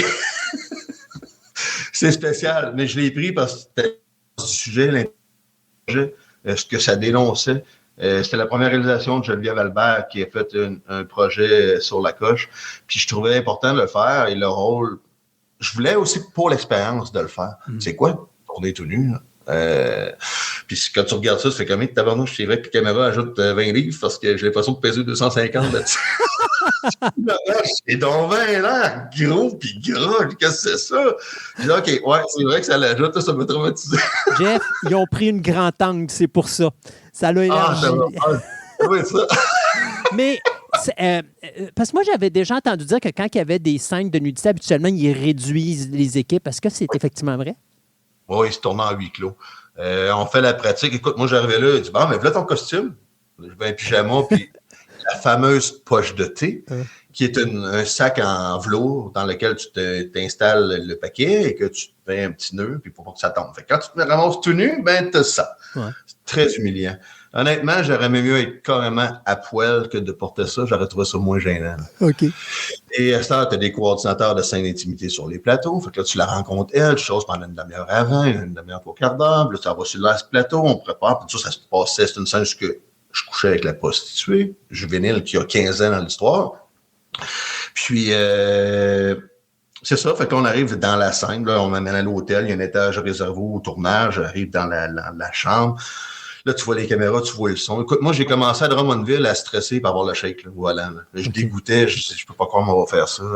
Je filais pas bien. Écoute, j'aimais pas ça. En tout cas, c'était traumatisant un peu. Mais y a-tu quelqu'un qui, tu sais, mettons que tu arrives sur un plateau de tournage, parce que c'est quand même malaisant. Là. Tu t'entends que tu as des gens là-dedans que tu connais pas, tu vas te retrouver nu devant ces gens-là. Tu as beau être un acteur, toi, tu n'es pas quelqu'un qui est formé dans ce milieu-là. Puis même si tu l'es, écoute, il y a plein d'acteurs qui le font à Hollywood à répétition, puis ils ont toujours des problèmes avec ça. Y a-tu quelqu'un sur le plateau de tournage qui est assigné pour te prendre un côté puis dire, t'es-tu correct? Oui. Oui, puis l'équipe était géniale. Puis c'était toutes des femmes en plus sur l'équipe. Puis ils ont essayé de détendre l'atmosphère. Il y avait les oreilles de lapin, des colliers de fleurs hawaïens. Tu sais, on essaie de faire la fête là, pour dédramatiser le moment. Et là, on rentre là, évidemment, sur la scène, comme je te dis, tous les techniciens sont là. On a peut-être 20 dans la chambre. Là, on fait les pratiques, on ajuste le son, les caméras, la lumière, tout ça. Et quand on fait OK, la prochaine, on va la tourner. Fait que là, on se déshabille, s'il vous plaît. Fait que là, on se met tout nu. Fait que là, ils font sortir tout le monde avant. Fait que là, il reste au minimum la réalisatrice, je pense qu'elle restait la productrice, le gars de son était sorti, tout était installé, fait qu'il n'y avait pas besoin de rester là. Je pense qu'au total, sur, mettons, les 20 techniciens qu'il y avait dans la salle, on est resté peut-être 5 avec les 2 acteurs, moi et Kelly Despaux et moi, qui étaient dans le lit. Puis, fait que c'est tourné vraiment à huis clos. Puis c'était cool, c'était vraiment le fun. Écoute, l'expérience, ça valait la peine. Puis ça permet de décompresser aussi, là. Oui, Oh, oui. Mais c'est pas plus le fun, là, même si on 5. Là, non, mais c'est moins intimidant que si t'en as 20 ou 25. Ah ouais. Parce que quand t'enlèves la robe puis tu te ramasses à poil avec juste la belle petite poche de thé, tu te sens tellement... Tu te sens pas bien. Tu te sens loser. Tu te sens, mais qu'est-ce que je fais ici? Je pourrais être chez nous, sur le bord de la piscine. Non, je tourne tout nu devant tout le monde. C'est avec une poche de thé. Je suis tellement pas bien.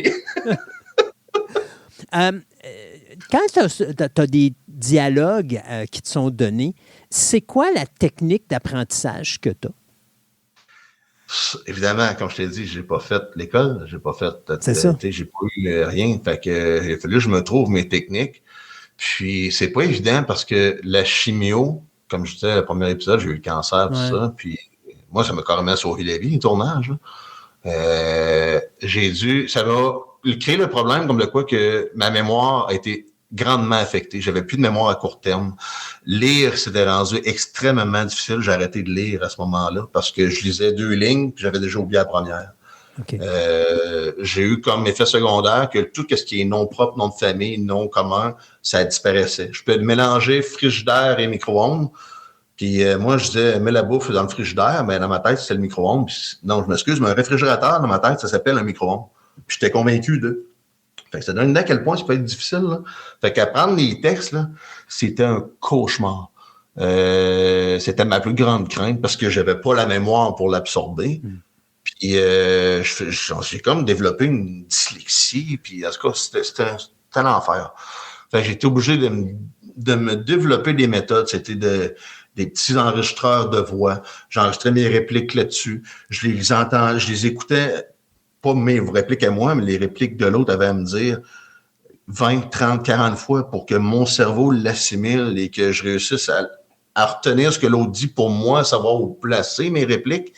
Puis il fallait que je les apprenne aussi, mes répliques. Fait que ça aussi, je les enregistrais, je me les rentrais dans... Écoute, je travaille 20 fois plus fort que probablement quelqu'un dans le domaine travaille normalement pour apprendre ces textes-là. C'était vraiment c'était un enfer de trouver une méthode de travail qui, moi, m'aidait. J'ai fait un atelier de jeu dernièrement et c'est toujours une des questions que le monde pose le plus aux ceux qui font les ateliers, c'est « As-tu des trucs pour apprendre les textes? » Je pense que c'est la bête noire à tout le monde. C'est effectivement vrai, oui. Surtout que là, c'est pas si pire parce qu'au Québec, on est plus ouvert à l'improvisation, mais quand tu arrives aux États-Unis, tu as certains réalisateurs ou même certains scénaristes que tu ne dois pas débarrer du scénario, là. Non, puis il change pas une virgule de place, là, puis le point, non, il est là, tu le places pas après ce mot-là. Il y en a qui sont vraiment à cheval sur... Ici, on est plus comme, t'as l'essentiel du texte, là, sors-le dans tes mots, puis que ce soit le plus naturel possible. Ça, c'est le fun pour ça. Mais non, quand c'est faut que tu respectes à la virgule, là. Hey boy, que ça doit pas être tout le temps évident. Surtout quand tu as 25 lignes de texte, hein, mettons un monologue là, à sortir, là, puis change pas une virgule là-dedans. Moi, je me rappelle, quand je faisais du théâtre, mon réalisateur, parce qu'à un moment donné, moi, j'avais fait une pièce de théâtre qui s'appelle Ben Hur. Puis dans Ben Hur, j'avais 12 rôles différents dedans. Parce qu'on ne parle pas du Ben Hur à l'époque de Spartacus et tout ça. Là, non, le Ben Hur québécois, je ne sais pas si tu as eu la chance de lire ça, mais c'est toute une pièce de théâtre. Puis je jouais 12 rôles différents là-dedans. Puis à un moment donné, j'avais approché mon réalisateur parce qu'à cette époque-là, j'avais à peine 16 ans. Puis j'avais dit à mon réalisateur, j'ai dit, écoute, je suis incapable de tout retenir les textes parce que les 2/3 des textes, c'est moi qui les faisais dans la pièce de théâtre. Quand tu dis 2/3 d'une pièce de théâtre de 2h30, là, dites-vous que 2/3 de ces 2h30, c'est moi qui parle. Fait que le réalisateur m'avait dit, écoute, la chose que tu dois retenir, c'est ce que tu dis, le contexte, l'idée de base qui est en arrière, et rappelle-toi du premier et du dernier mot. Tu as besoin du premier mot pour que nous, on comprenne que tu as enclenché comme il faut, mais tu as besoin du dernier mot pour que l'autre ne soit pas perdu lorsque tu vas finir ta réplique pour qu'il sache, OK, c'est là que je décolle. Et c'est cette technique-là que moi, j'avais utilisée à l'époque au niveau de mon texte. Oui, la majorité des textes, je les retenais, mais quand je ne les retenais pas ou j'étais incapable ou qu'à un moment donné, même, tu es en tournage ou tu es sur la scène, puis là, tu as un blanc. Moi, je me rappelais toujours mon premier et mon dernier. Fait qu'en me rappelant du premier et du dernier, je me rappelais à peu près ce que j'avais à dire. Ça fait que j'improvisais là-dedans, mais je finissais toujours avec mon dernier mot pour que l'autre soit capable d'embarquer. Ça, c'est une autre technique qui, aux États-Unis, est très mal vue, mais qu'ici, au Québec, ça passe parce que, justement, on est moins accroché sur le scénario qu'on peut l'être de l'autre côté là, de la frontière. Ben écoute, il faut peut-être te chercher la manière qui te fit le mieux à toi. Là. Oui, exactement. T'as beau te faire dire, ben aux États-Unis, ils disent que c'est pas. Ben moi, elle marche pour moi, cette technique-là. Fait que, regarde, c'est ça que je vais en prendre. Hein. Puis moi aussi, je fais souvent ça. Je regarde mes textes. La réplique de l'autre, là, je m'enrose les 4 derniers mots. Ouais. Fait que quand je sais quand il est rendu là, c'est la mienne qui embarque. Là. Mais il faut que tu saches un peu l'essentiel de son propos pareil, parce que ce mot peut-être qu'il va revenir dans la phrase. Là, exactement. Non, c'est... Tu n'as pas l'expérience professionnelle d'un cours qui t'a été donné. Donc, à ce moment-là, tu as dû également développer des techniques pour lire la personne qui joue devant toi, parce que être un acteur, c'est pas juste de réciter des lignes. C'est un jeu non seulement verbal, mais c'est également un jeu physique. Donc, très physique. C'est quoi les trucs que tu t'es donné pour justement comprendre la chimie physique de l'individu qui est en face de toi? Ben honnêtement, j'ai pas eu trop à travailler ça parce que c'est peut-être leur prétentieux de dire ça de même, mais c'est comme inné en moi parce que c'est quelque chose que j'ai développé avec mon ancien travail. Okay. Fait que j'avais beaucoup à devoir lire la personne qui se plaçait devant moi pour comprendre ce qui risquait de se passer. Ouais. Fait que c'est comme devenu un défaut professionnel. Je fais ça même avec tout le monde. Je vais rencontrer quelqu'un et je te jase, puis en 5 minutes, je vais évaluer ta gestuelle, ta manière de te placer, la façon que toute la physionomie, la psychologie derrière la physionomie, ça se fait naturellement pour moi. Fait que le monde me dit souvent, à la première lecture de texte, te cerner tout de suite le personnage, puis comment tu le veux jouer en face de l'autre, ben je sais déjà comment l'autre va le jouer. Bien que la façon que c'est écrit, des fois, ça c'est le fun quand c'est bien écrit. Écoute, t'as quasiment pas de job à faire. Le film, ça se fait dans ta tête, puis ça sort naturel sur le plateau. Puis ça me fuckait au début. Parce que le premier gros rôle que je pourrais dire que j'ai eu, c'était sur La Confrérie qui était tournée à Québec, qui était un pastiche Carnaval de Québec, je sais pas si mon nom dit ça. Moi, je faisais le chauffeur du bonhomme. Okay. Donc, j'étais un peu style Transporter, Jason Statham, là, complet noir, lunettes de soleil. Même le soir, j'avais mes lunettes de soleil. Un homme très peu de mots, mais tout se passait dans la face. Puis quand je parlais, c'était pour que ce soit pertinent, puis c'était du one-liner tout le temps. J'avais pas vraiment d'échange, mais c'était du one-liner, parce que Pierre-François Legendre est comme OK, j'ai pas intérêt à parler quand il me dit ça. T'sais. Fait que t'as le fun à jouer, sauf que là, tu te ramasses dans la vanne, tu es avec 3 gros noms, tu es avec Pierre-François Legendre, Guillaume Cyr, Benoît Brière.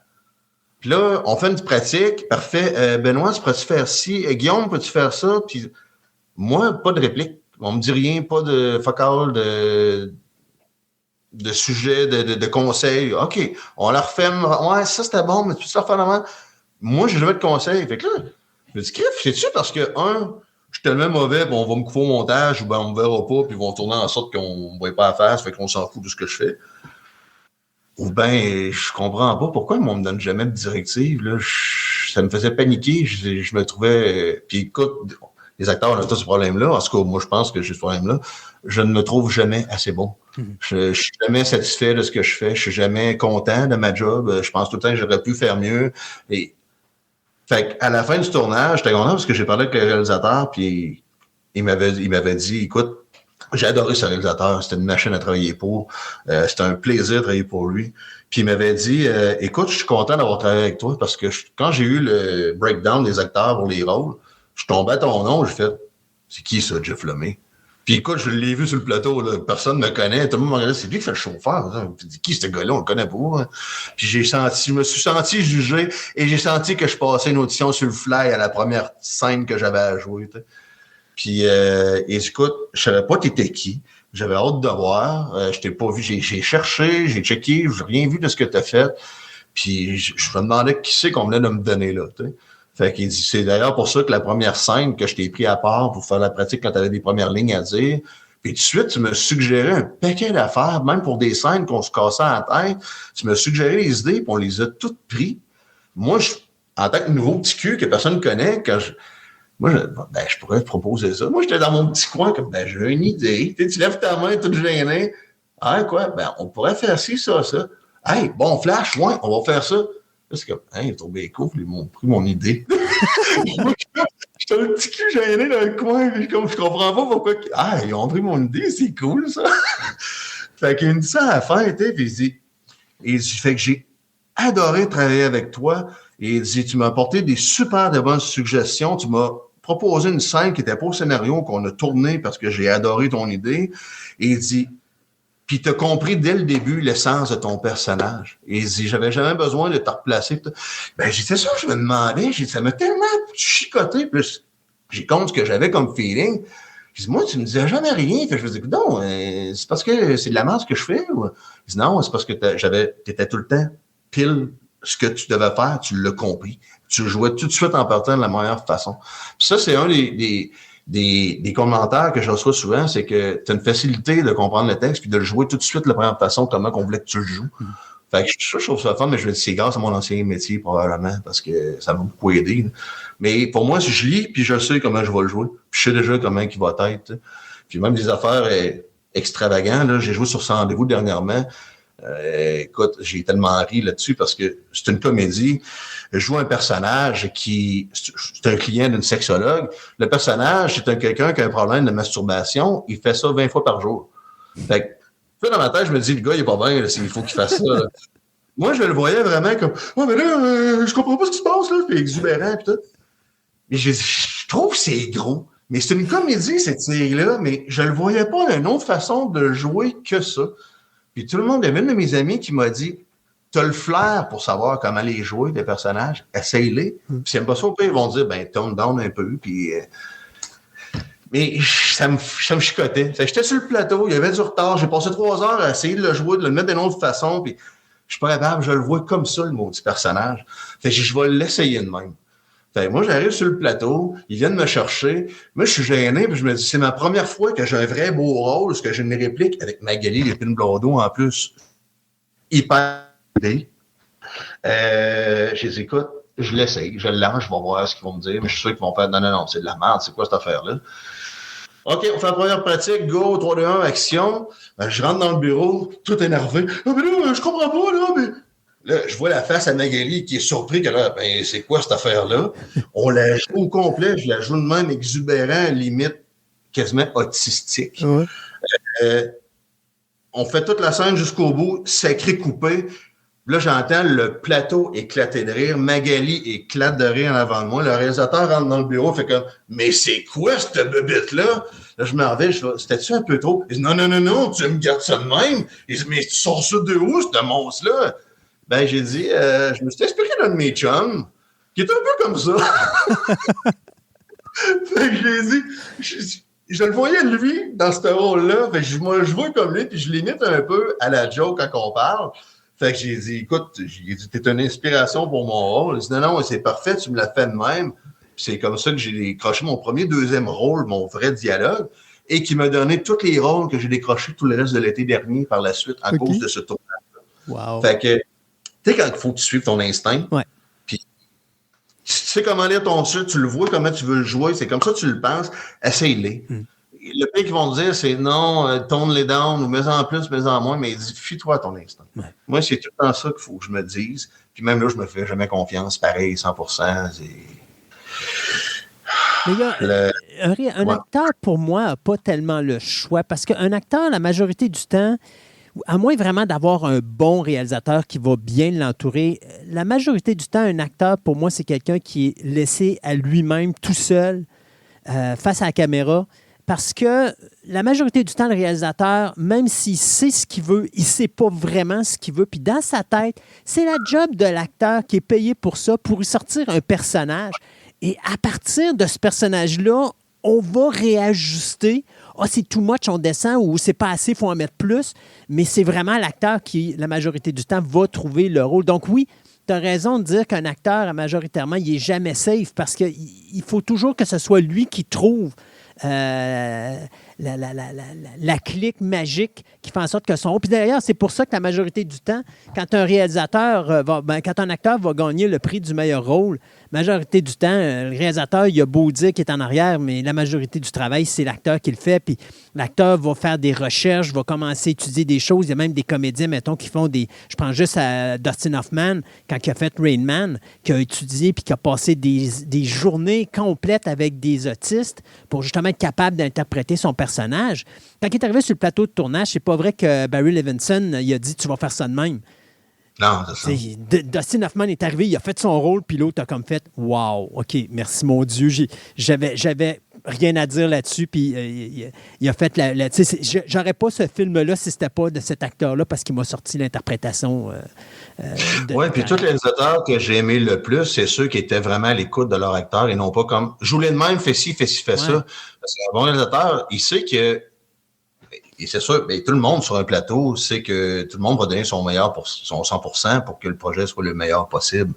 Mais si tu laisses pas l'acteur créer son personnage, puis jouer son personnage, puis comment qu'il le voit, puis tout, puis ça sera peut-être pas, ça sera pas naturel. Non, c'est ça. Tu vas dire au réalisateur, ben fais-les toi-même. Je me rappellerai à un moment donné James Cameron sur le plateau de tournage de Terminator qui disait à Michael Biehn « Ouais, mais tu pas de même, faut que tu joues comme ça. » Puis Michael Biehn m'a dit « Ben, regarde, sais-tu quoi?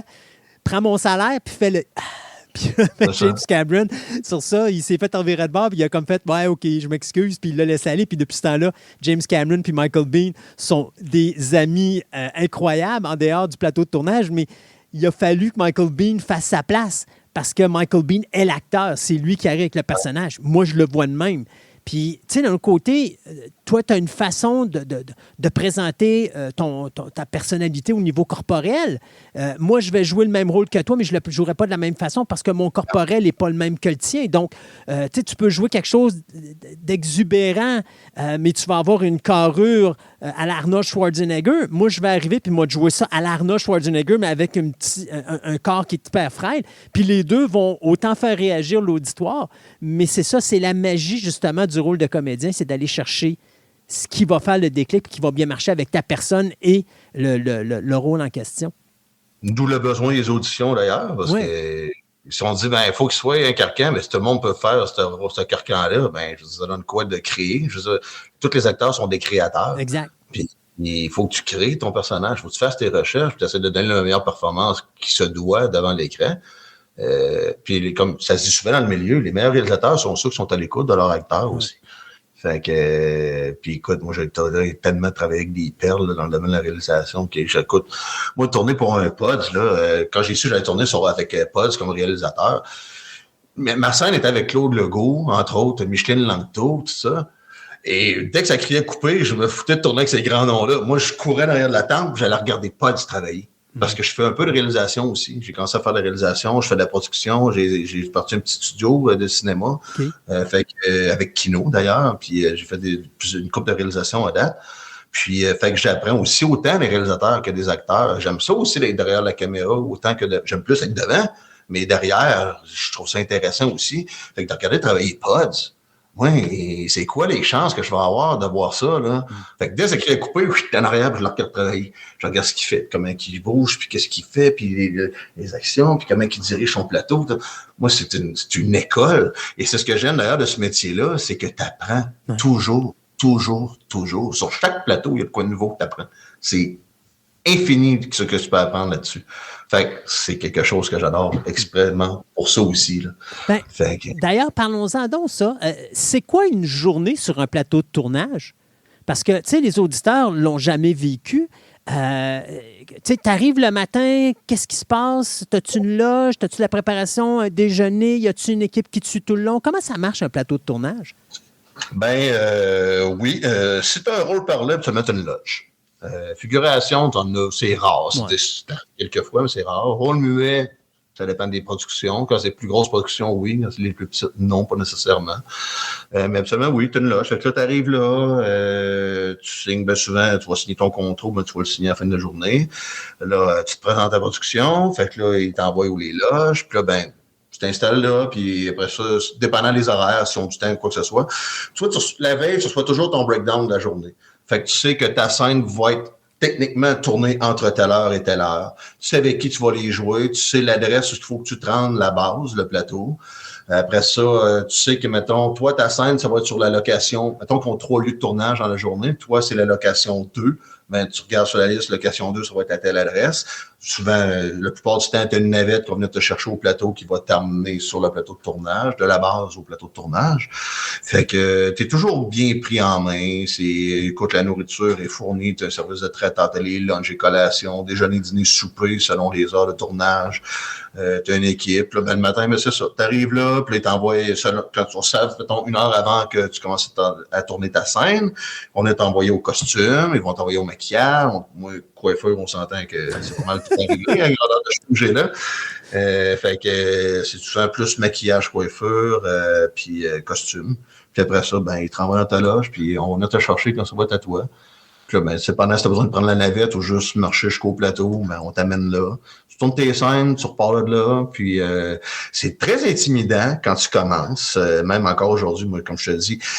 Ce qui fait en sorte que vu que j'ai pas fait de formation, je suis affecté malheureusement du foutu syndrome de l'imposteur. Ouais. Fait que ça me joue beaucoup dans la tête, ça. Fait que j'ai tout le temps l'impression qu'il faut que je prouve 20 fois plus qu'un autre que j'ai ma place. Puis que j'ai mangé mes croûtes, puis que j'ai pris mon expérience, puis que j'ai autant de droit qu'un autre d'être là, tu sais. Puis, fait que c'est pas évident, ça te mange, ça te travaille, ça te mange à l'intérieur, c'est tout un stress constant. Là, tu arrives sur un plateau, puis ils sont 60 techniciens, puis qui te regardent. Puis moi, je suis pas quelqu'un qui aime avoir l'attention nécessairement sur moi. Tu sais, on va être une gang, je suis quelqu'un qui a un immense sens de l'humour, fait que je vais déconner. L'attention entre amis, comme ça, je suis habitué de l'avoir. J'ai du fun, je vais déconner, puis je performe bien devant le monde en ami. Mais quand tu me mets devant une foule, ce qui me revient au théâtre que j'expliquais à la première partie, le stress embarque, le shake, écoute, je file pas bien. Là. Fait que là, quand t'arrives là, puis hey, on commence, puis on commence avec toi, t'es simple, puis ils sont 60 à te regarder, puis t'as 3 Kodak dans la face, puis je suis pas bien, je file pas bien. Mais je suis pas bien pendant les 5 premières minutes. Après ça, c'est comme, la glace est cassée, go. Puis moi, j'aime beaucoup faire des italiennes. Ça m'aide beaucoup au stress. Faire beaucoup des italiennes, c'est une pratique. Tout ce que tu fais à chaud, pas de caméra, rien. On fait le texte, on les lit, puis on fait 3-4 prises de même pour s'aider à dire entre acteurs, nos dialogues. Ça m'aide beaucoup sur le plateau à enlever mon stress. Fait que quand la caméra à part, on l'a déjà fait 4-5 fois, go. Mais quand on part, elle fait, OK, installe-toi là, en 3, 2, 1, on tourne. Là, le shake embarque, là, puis je suis pas bien, puis je me suis le corps, puis c'est pas le fun, là. Ouais. Les italiennes, moi, ça m'aide, les pratiques, ça m'aide, mais sur un plateau, c'est ça. C'est pas mal comment que ça se passe. Tu tournes tes scènes, on te ramène à ta loge, tu te changes, tu t'en vas. Fait que c'est bien simple. Tu sais, ça a l'air vraiment magique, l'aura d'un plateau de tournage, tout. Oui, c'est magique. Puis moi, je sais toujours juste me retrouver où les loges, les caravanes dehors avec ton nom, ça apporte. Moi, quand je suis en break entre les rôles, puis je suis jamais dans ma loge, tout le temps dehors, je suis pas en l'air. Juste de me retrouver là, j'ai tout le temps le feeling du petit cul de 5 ans au Toys R Us pour la première fois. Moi, c'est un émerveillement à chaque fois que je me retrouve sur un plateau, je suis comme, mais là, je vois mon nom, ça apporte, puis je regarde les roulottes, puis là, à côté, je vois, exemple, Claude Legault, Réal Bossé, Patrice Robitaille, puis Jeff Lemay. Là, je suis comme, qui aurait... on m'aurait dit, si tu vas faire ça de ta vie, je l'aurais jamais cru. Puis j'ai l'impression de faire un rêve depuis 8 ans et demi, qu'il faut que je me pince à chaque fois que je suis à un plateau, je me dis, j'ai l'impression qu'on me réveiller demain, puis les 8 dernières années vont être un grand rêve. Puis que je pas pour vrai, là, que je fais pas ça dans la vie. Mais non, c'est réel. Puis je me dis, bon, me pincer. Non, c'est vraiment ça que je vis. C'est donc bien malade. Fait que je le sais que je suis privilégié de faire ça. Je le sais que je suis chanceux. Il y a peu d'appelés et encore moins d'élus dans ce domaine-là. Il y a beaucoup de monde qui lâche parce que c'est pas facile. Mais ça fait 8 ans que je bûche comme un malade. J'ai trop bûché pour dire j'abandonne quand je suis proche de but. Puis là, je décroche un paquet de beaux rôles. Je suis content. La montée est belle. Puis j'arrive pas à le croire. Comme je te dis, c'est magique pour moi à chaque fois. Puis comme je te dis, je suis groupé un peu. Fait que moi, de tourner avec des grands noms que tu as toujours vu à la télé, puis là, tu changes avec eux autres comme c'est ton grand chum, tu es assis à côté, tu te fais maquiller, on jase d'affaires de police avec Claude Legault, je jase de char avec un autre, genre. Là, c'est quand j'ai l'impression que c'est mes chums depuis tout le temps, mais tabarnouche, je jase avec Claude Legault. C'est quelque chose, là. C'est hot dans ma tête de petit cul tripeux de TV. Je joue contre quelqu'un qui a joué dans le Galaxy près de chez vous, là. Tu sais, c'est comme... c'est irréel. Fait que j'ai tout le temps l'impression d'être dans une autre dimension quand je suis sur un plateau. Mais l'émerveillement que j'ai depuis le jour 1, Ça, je l'ai toujours. Même après 134 tournages. Et j'espère que ça ne mourra jamais, ça. Parce que c'est ça qui me drive, la passion d'eux. Puis moi, si j'ai pas de passion, ça meurt. Comme les die-casts que j'expliquais. Ouais. Tant que la passion part, c'est fini. Moi, je passe à d'autres choses, c'est un chapitre, puis je reviens pas en arrière. Fait que j'espère que ça... Écoute, j'ai toujours travaillé en espérant un jour prendre ma retraite. Moi, à 55 ans, je peux sacrer mon camp, si moi être heureux, puis je sacre mon camp Floride. Puis là, j'ai juste la retraite. Si j'ai la chance de me rendre à 180, à 120 ans, je vais essayer de travailler jusqu'à 120 ans. Non, c'est ça. Je peux pas prendre ma retraite. J'aime trop ça. Et c'est ce que tout le monde dit, hein. Si tu trouves ce que tu aimes à faire dans la vie, tu ne travailleras jamais un jour de ta vie. Là. Non, exactement. Ben, c'est ça. À un moment donné, c'est comme je disais, quand j'ai commencé à travailler dans le domaine de la collection, c'était en 2005, puis cette journée-là, je sortais d'un burn-out parce que j'avais travaillé dans des compagnies, puis j'avais travaillé, on s'entend. Ouais. Là, ben maintenant, quand j'ai commencé en 2005 dans le domaine de la collection, j'avais dit à mon boss, il dit, bon, ben là, il dit, tu t'en viens-tu travailler? J'ai dit non parce que j'ai pris ma retraite. Alors là, je suis dans ma retraite. Et ça fait 20 ans que je suis dans ma retraite, alors. Ah oui? Oui, c'est ça qui est fou. Oui. Puis on s'entend, là, je veux dire, toi, t'es pas assis sur ton beigne, là, puis tu te le pognes, puis tu regardes les choses à faire. Tu travailles beaucoup, là. Oh oui, oh oui. Tu sais, moi, pareil, c'est beaucoup d'ouvrages, c'est beaucoup de sacrifices, mais t'aimes tellement ça que tu le vois pas comme l'ouvrage. C'est ça, c'est pas un travail. C'est ça. Non, c'est ta vie. Exactement. C'est ta vie. Moi, écoute, le nombre de journées que je passe à faire des self-tapes d'audition, là, tu sais, sur une self-tape, là, je peux passer 8 heures là-dessus. Là. Mm-hmm. Je suis pas payé pour ça, là. T'es pas payé de faire des self-tapes d'audition. Mais t'as pas le choix de le faire, ça fait partie de ton travail. Puis la journée, ce que tu en décroches un, c'est comme, hey, j'en ai-tu travaillé pour le décrocher, celui-là? Ouais. Tu sais, t'as une moyenne d'à peu près 10 auditions. On checkait avec mes chums, à un moment donné, on se parlait entre nous autres, on sait que le quota, à peu près, c'est 10 auditions que t'as pas pour une que tu décroches. C'est à peu près ça, le prorata, en moyenne, là. Fait que t'en as travaillé 8 fois 10 heures, 10 fois 8 heures des auditions que t'as pas eues pour en décrocher une, là. Fait que c'est beaucoup de temps de perdu. Là, tu reçois une audition de ton agent. Hey, là, t'as une self-tape demande pour une self-tape d'audition, telle série, tel rôle. Elle fait 30 des heures, mois de juillet. Aujourd'hui, à la piscine. Non, je travaille. Je t'emmène des chums t'appellent. Non, j'ai une audition à faire aujourd'hui. Puis, fait que c'est beaucoup, beaucoup, beaucoup de sacrifices. Mais t'as pas le choix. T'aimes ça. Puis si tu veux la faire, ta job, t'as pas le choix de les faire. Là. Exact. Fait que je suis content parce que j'en ai eu beaucoup de rôles que j'ai décrochés rien que par mes démos, ils ont vu comment que je jouais puis tout, puis ils ont fait un crif, on le sait, donc il sait jouer, on le prend. Fait que ça, c'est un cadeau du ciel quand ça t'arrive, c'est comme t'as un rôle. OK. J'ai pas passé l'audition. Non, ils te prennent, ils le veulent, ils t'ont vu dans le temps, ils t'aiment, ils savent que tu sais jouer. Hey, c'est un beau cadeau, ça, puis c'est tellement flatteur quand ça reçoit ça. Fait que faut tout, tu prends tout comme des cadeaux du ciel, même les self-tapes d'audition. Si t'as demandé toi de te voir, c'est parce qu'ils ont aimé de quoi en toi. Puis j'espère que tu vas être bon pour avoir le rôle. Tu sais. Fait qu'il faut que tu donnes tout le temps le max, même si le rôle ne te tente pas, même si ça a l'air de la chenoute. Moi, la publicité, je déteste ça. C'est payant, la pub, là. Ouais. Mais je déteste ça. Je veux rien savoir de faire de la pub. Je l'ai fait parce que j'ai des billes à payer comme tout le monde. Hein. Mais moi, une demande pour une pub, c'est tout le temps nébuleux, les demandes. C'est pas clair. C'est tout le temps tout croche. J'ai l'impression que tout se contredit. C'est que je vais faire ce que je comprends, puis ça marche pas de passer un autre appel. Là. Ça revient à ce qu'on disait tantôt. L'acteur est laissé à lui-même devant la caméra. C'est ça. C'est ça l'expérience. Oui, c'est ça. Et c'est les self-tapes, j'aime ça. Je trouve ça le fun parce que tu peux les reprendre à volonté chez vous. Tu sais, tu peux dire, je peux passer 4 heures là-dessus parce que je me dis, je suis jamais content en plus de ce que je fais. Fait que j'ai beau en faire 40 prises, elle va être à 43e, on va trouver bonne. Là.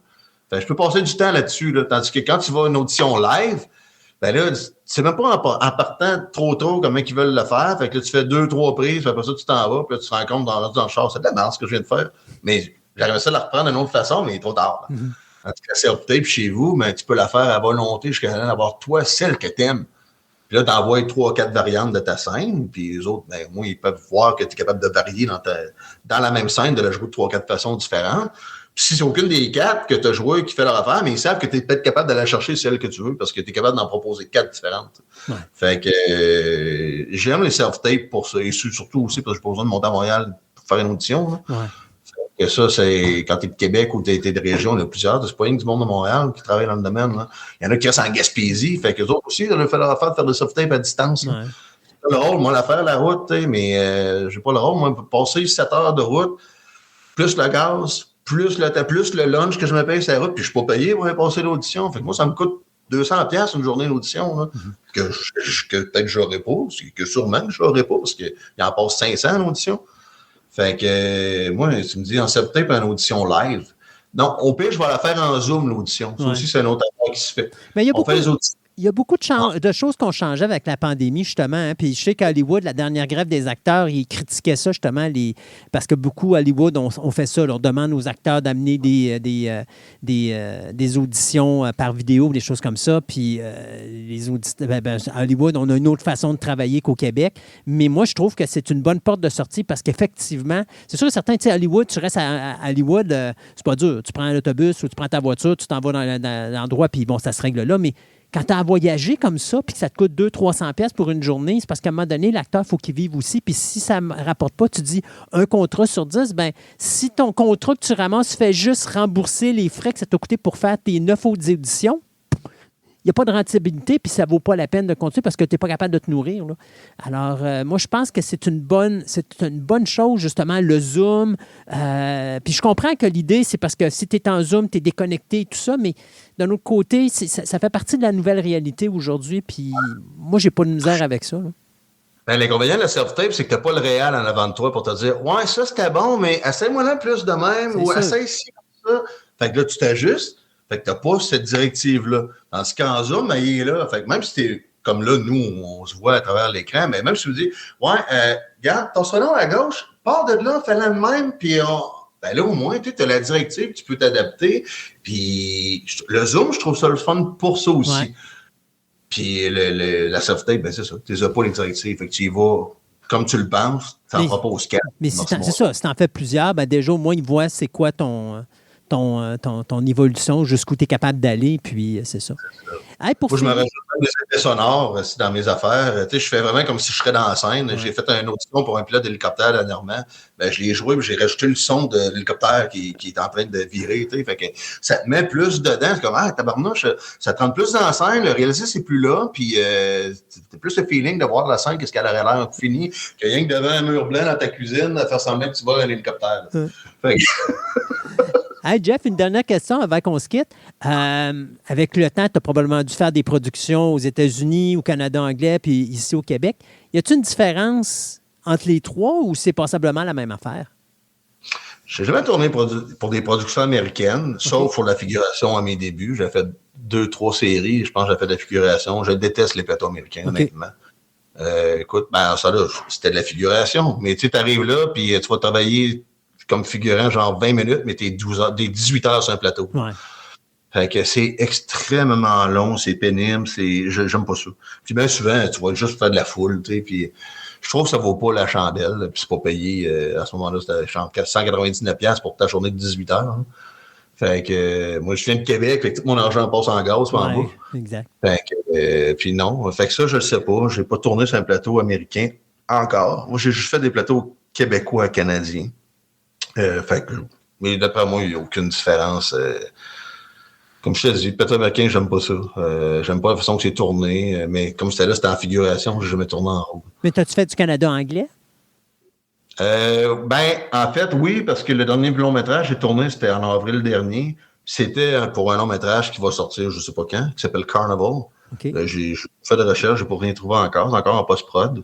Mais on l'a tourné en anglais et en français. OK. Fait que un peu comme l'an 50 faisait dans le temps, puis je pense la série sur les motards là, qu'il y avait des années 90, je me souviens plus.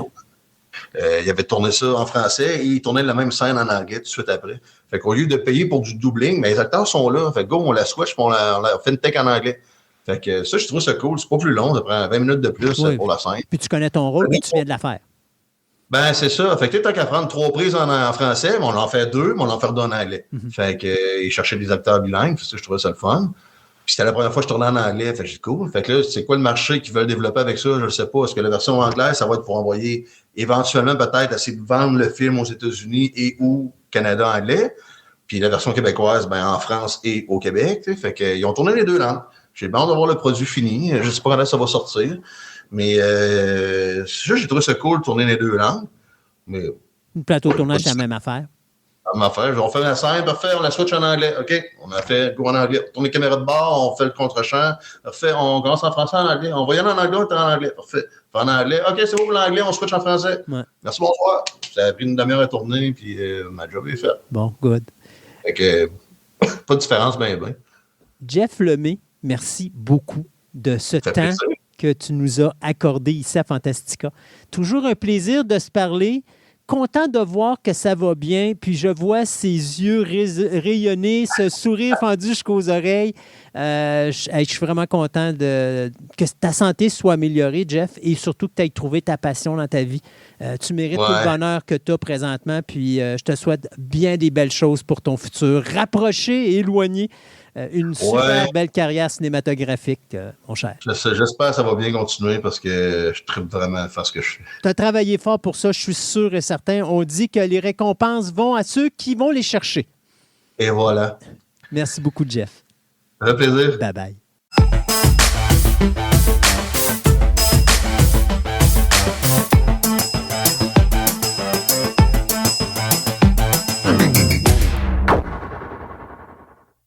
C'est déjà tout pour cette émission abrégée de Fantastica. Si vous désirez nous suivre, vous pouvez écouter notre programme de 3 heures qui est diffusé une fois ou 2 semaines, et ce, en vous inscrivant gratuitement à notre page Facebook de Fantastica Radio Web afin de connaître les dates de diffusion des nouvelles émissions. De plus, il vous est possible de vous rendre sur notre site web au www.fantasticaradioweb.com, Fantastica avec un K, afin d'obtenir plus d'informations sur cette émission, mais également sur mon podcast Programme Double, dans lequel je vous parle de la création de divers films qui ont marqué l'histoire du cinéma. Je vous remercie de votre écoute et je vous invite à nous rejoindre de nouveau ici même afin d'écouter notre prochaine édition abrégée de Fantastica.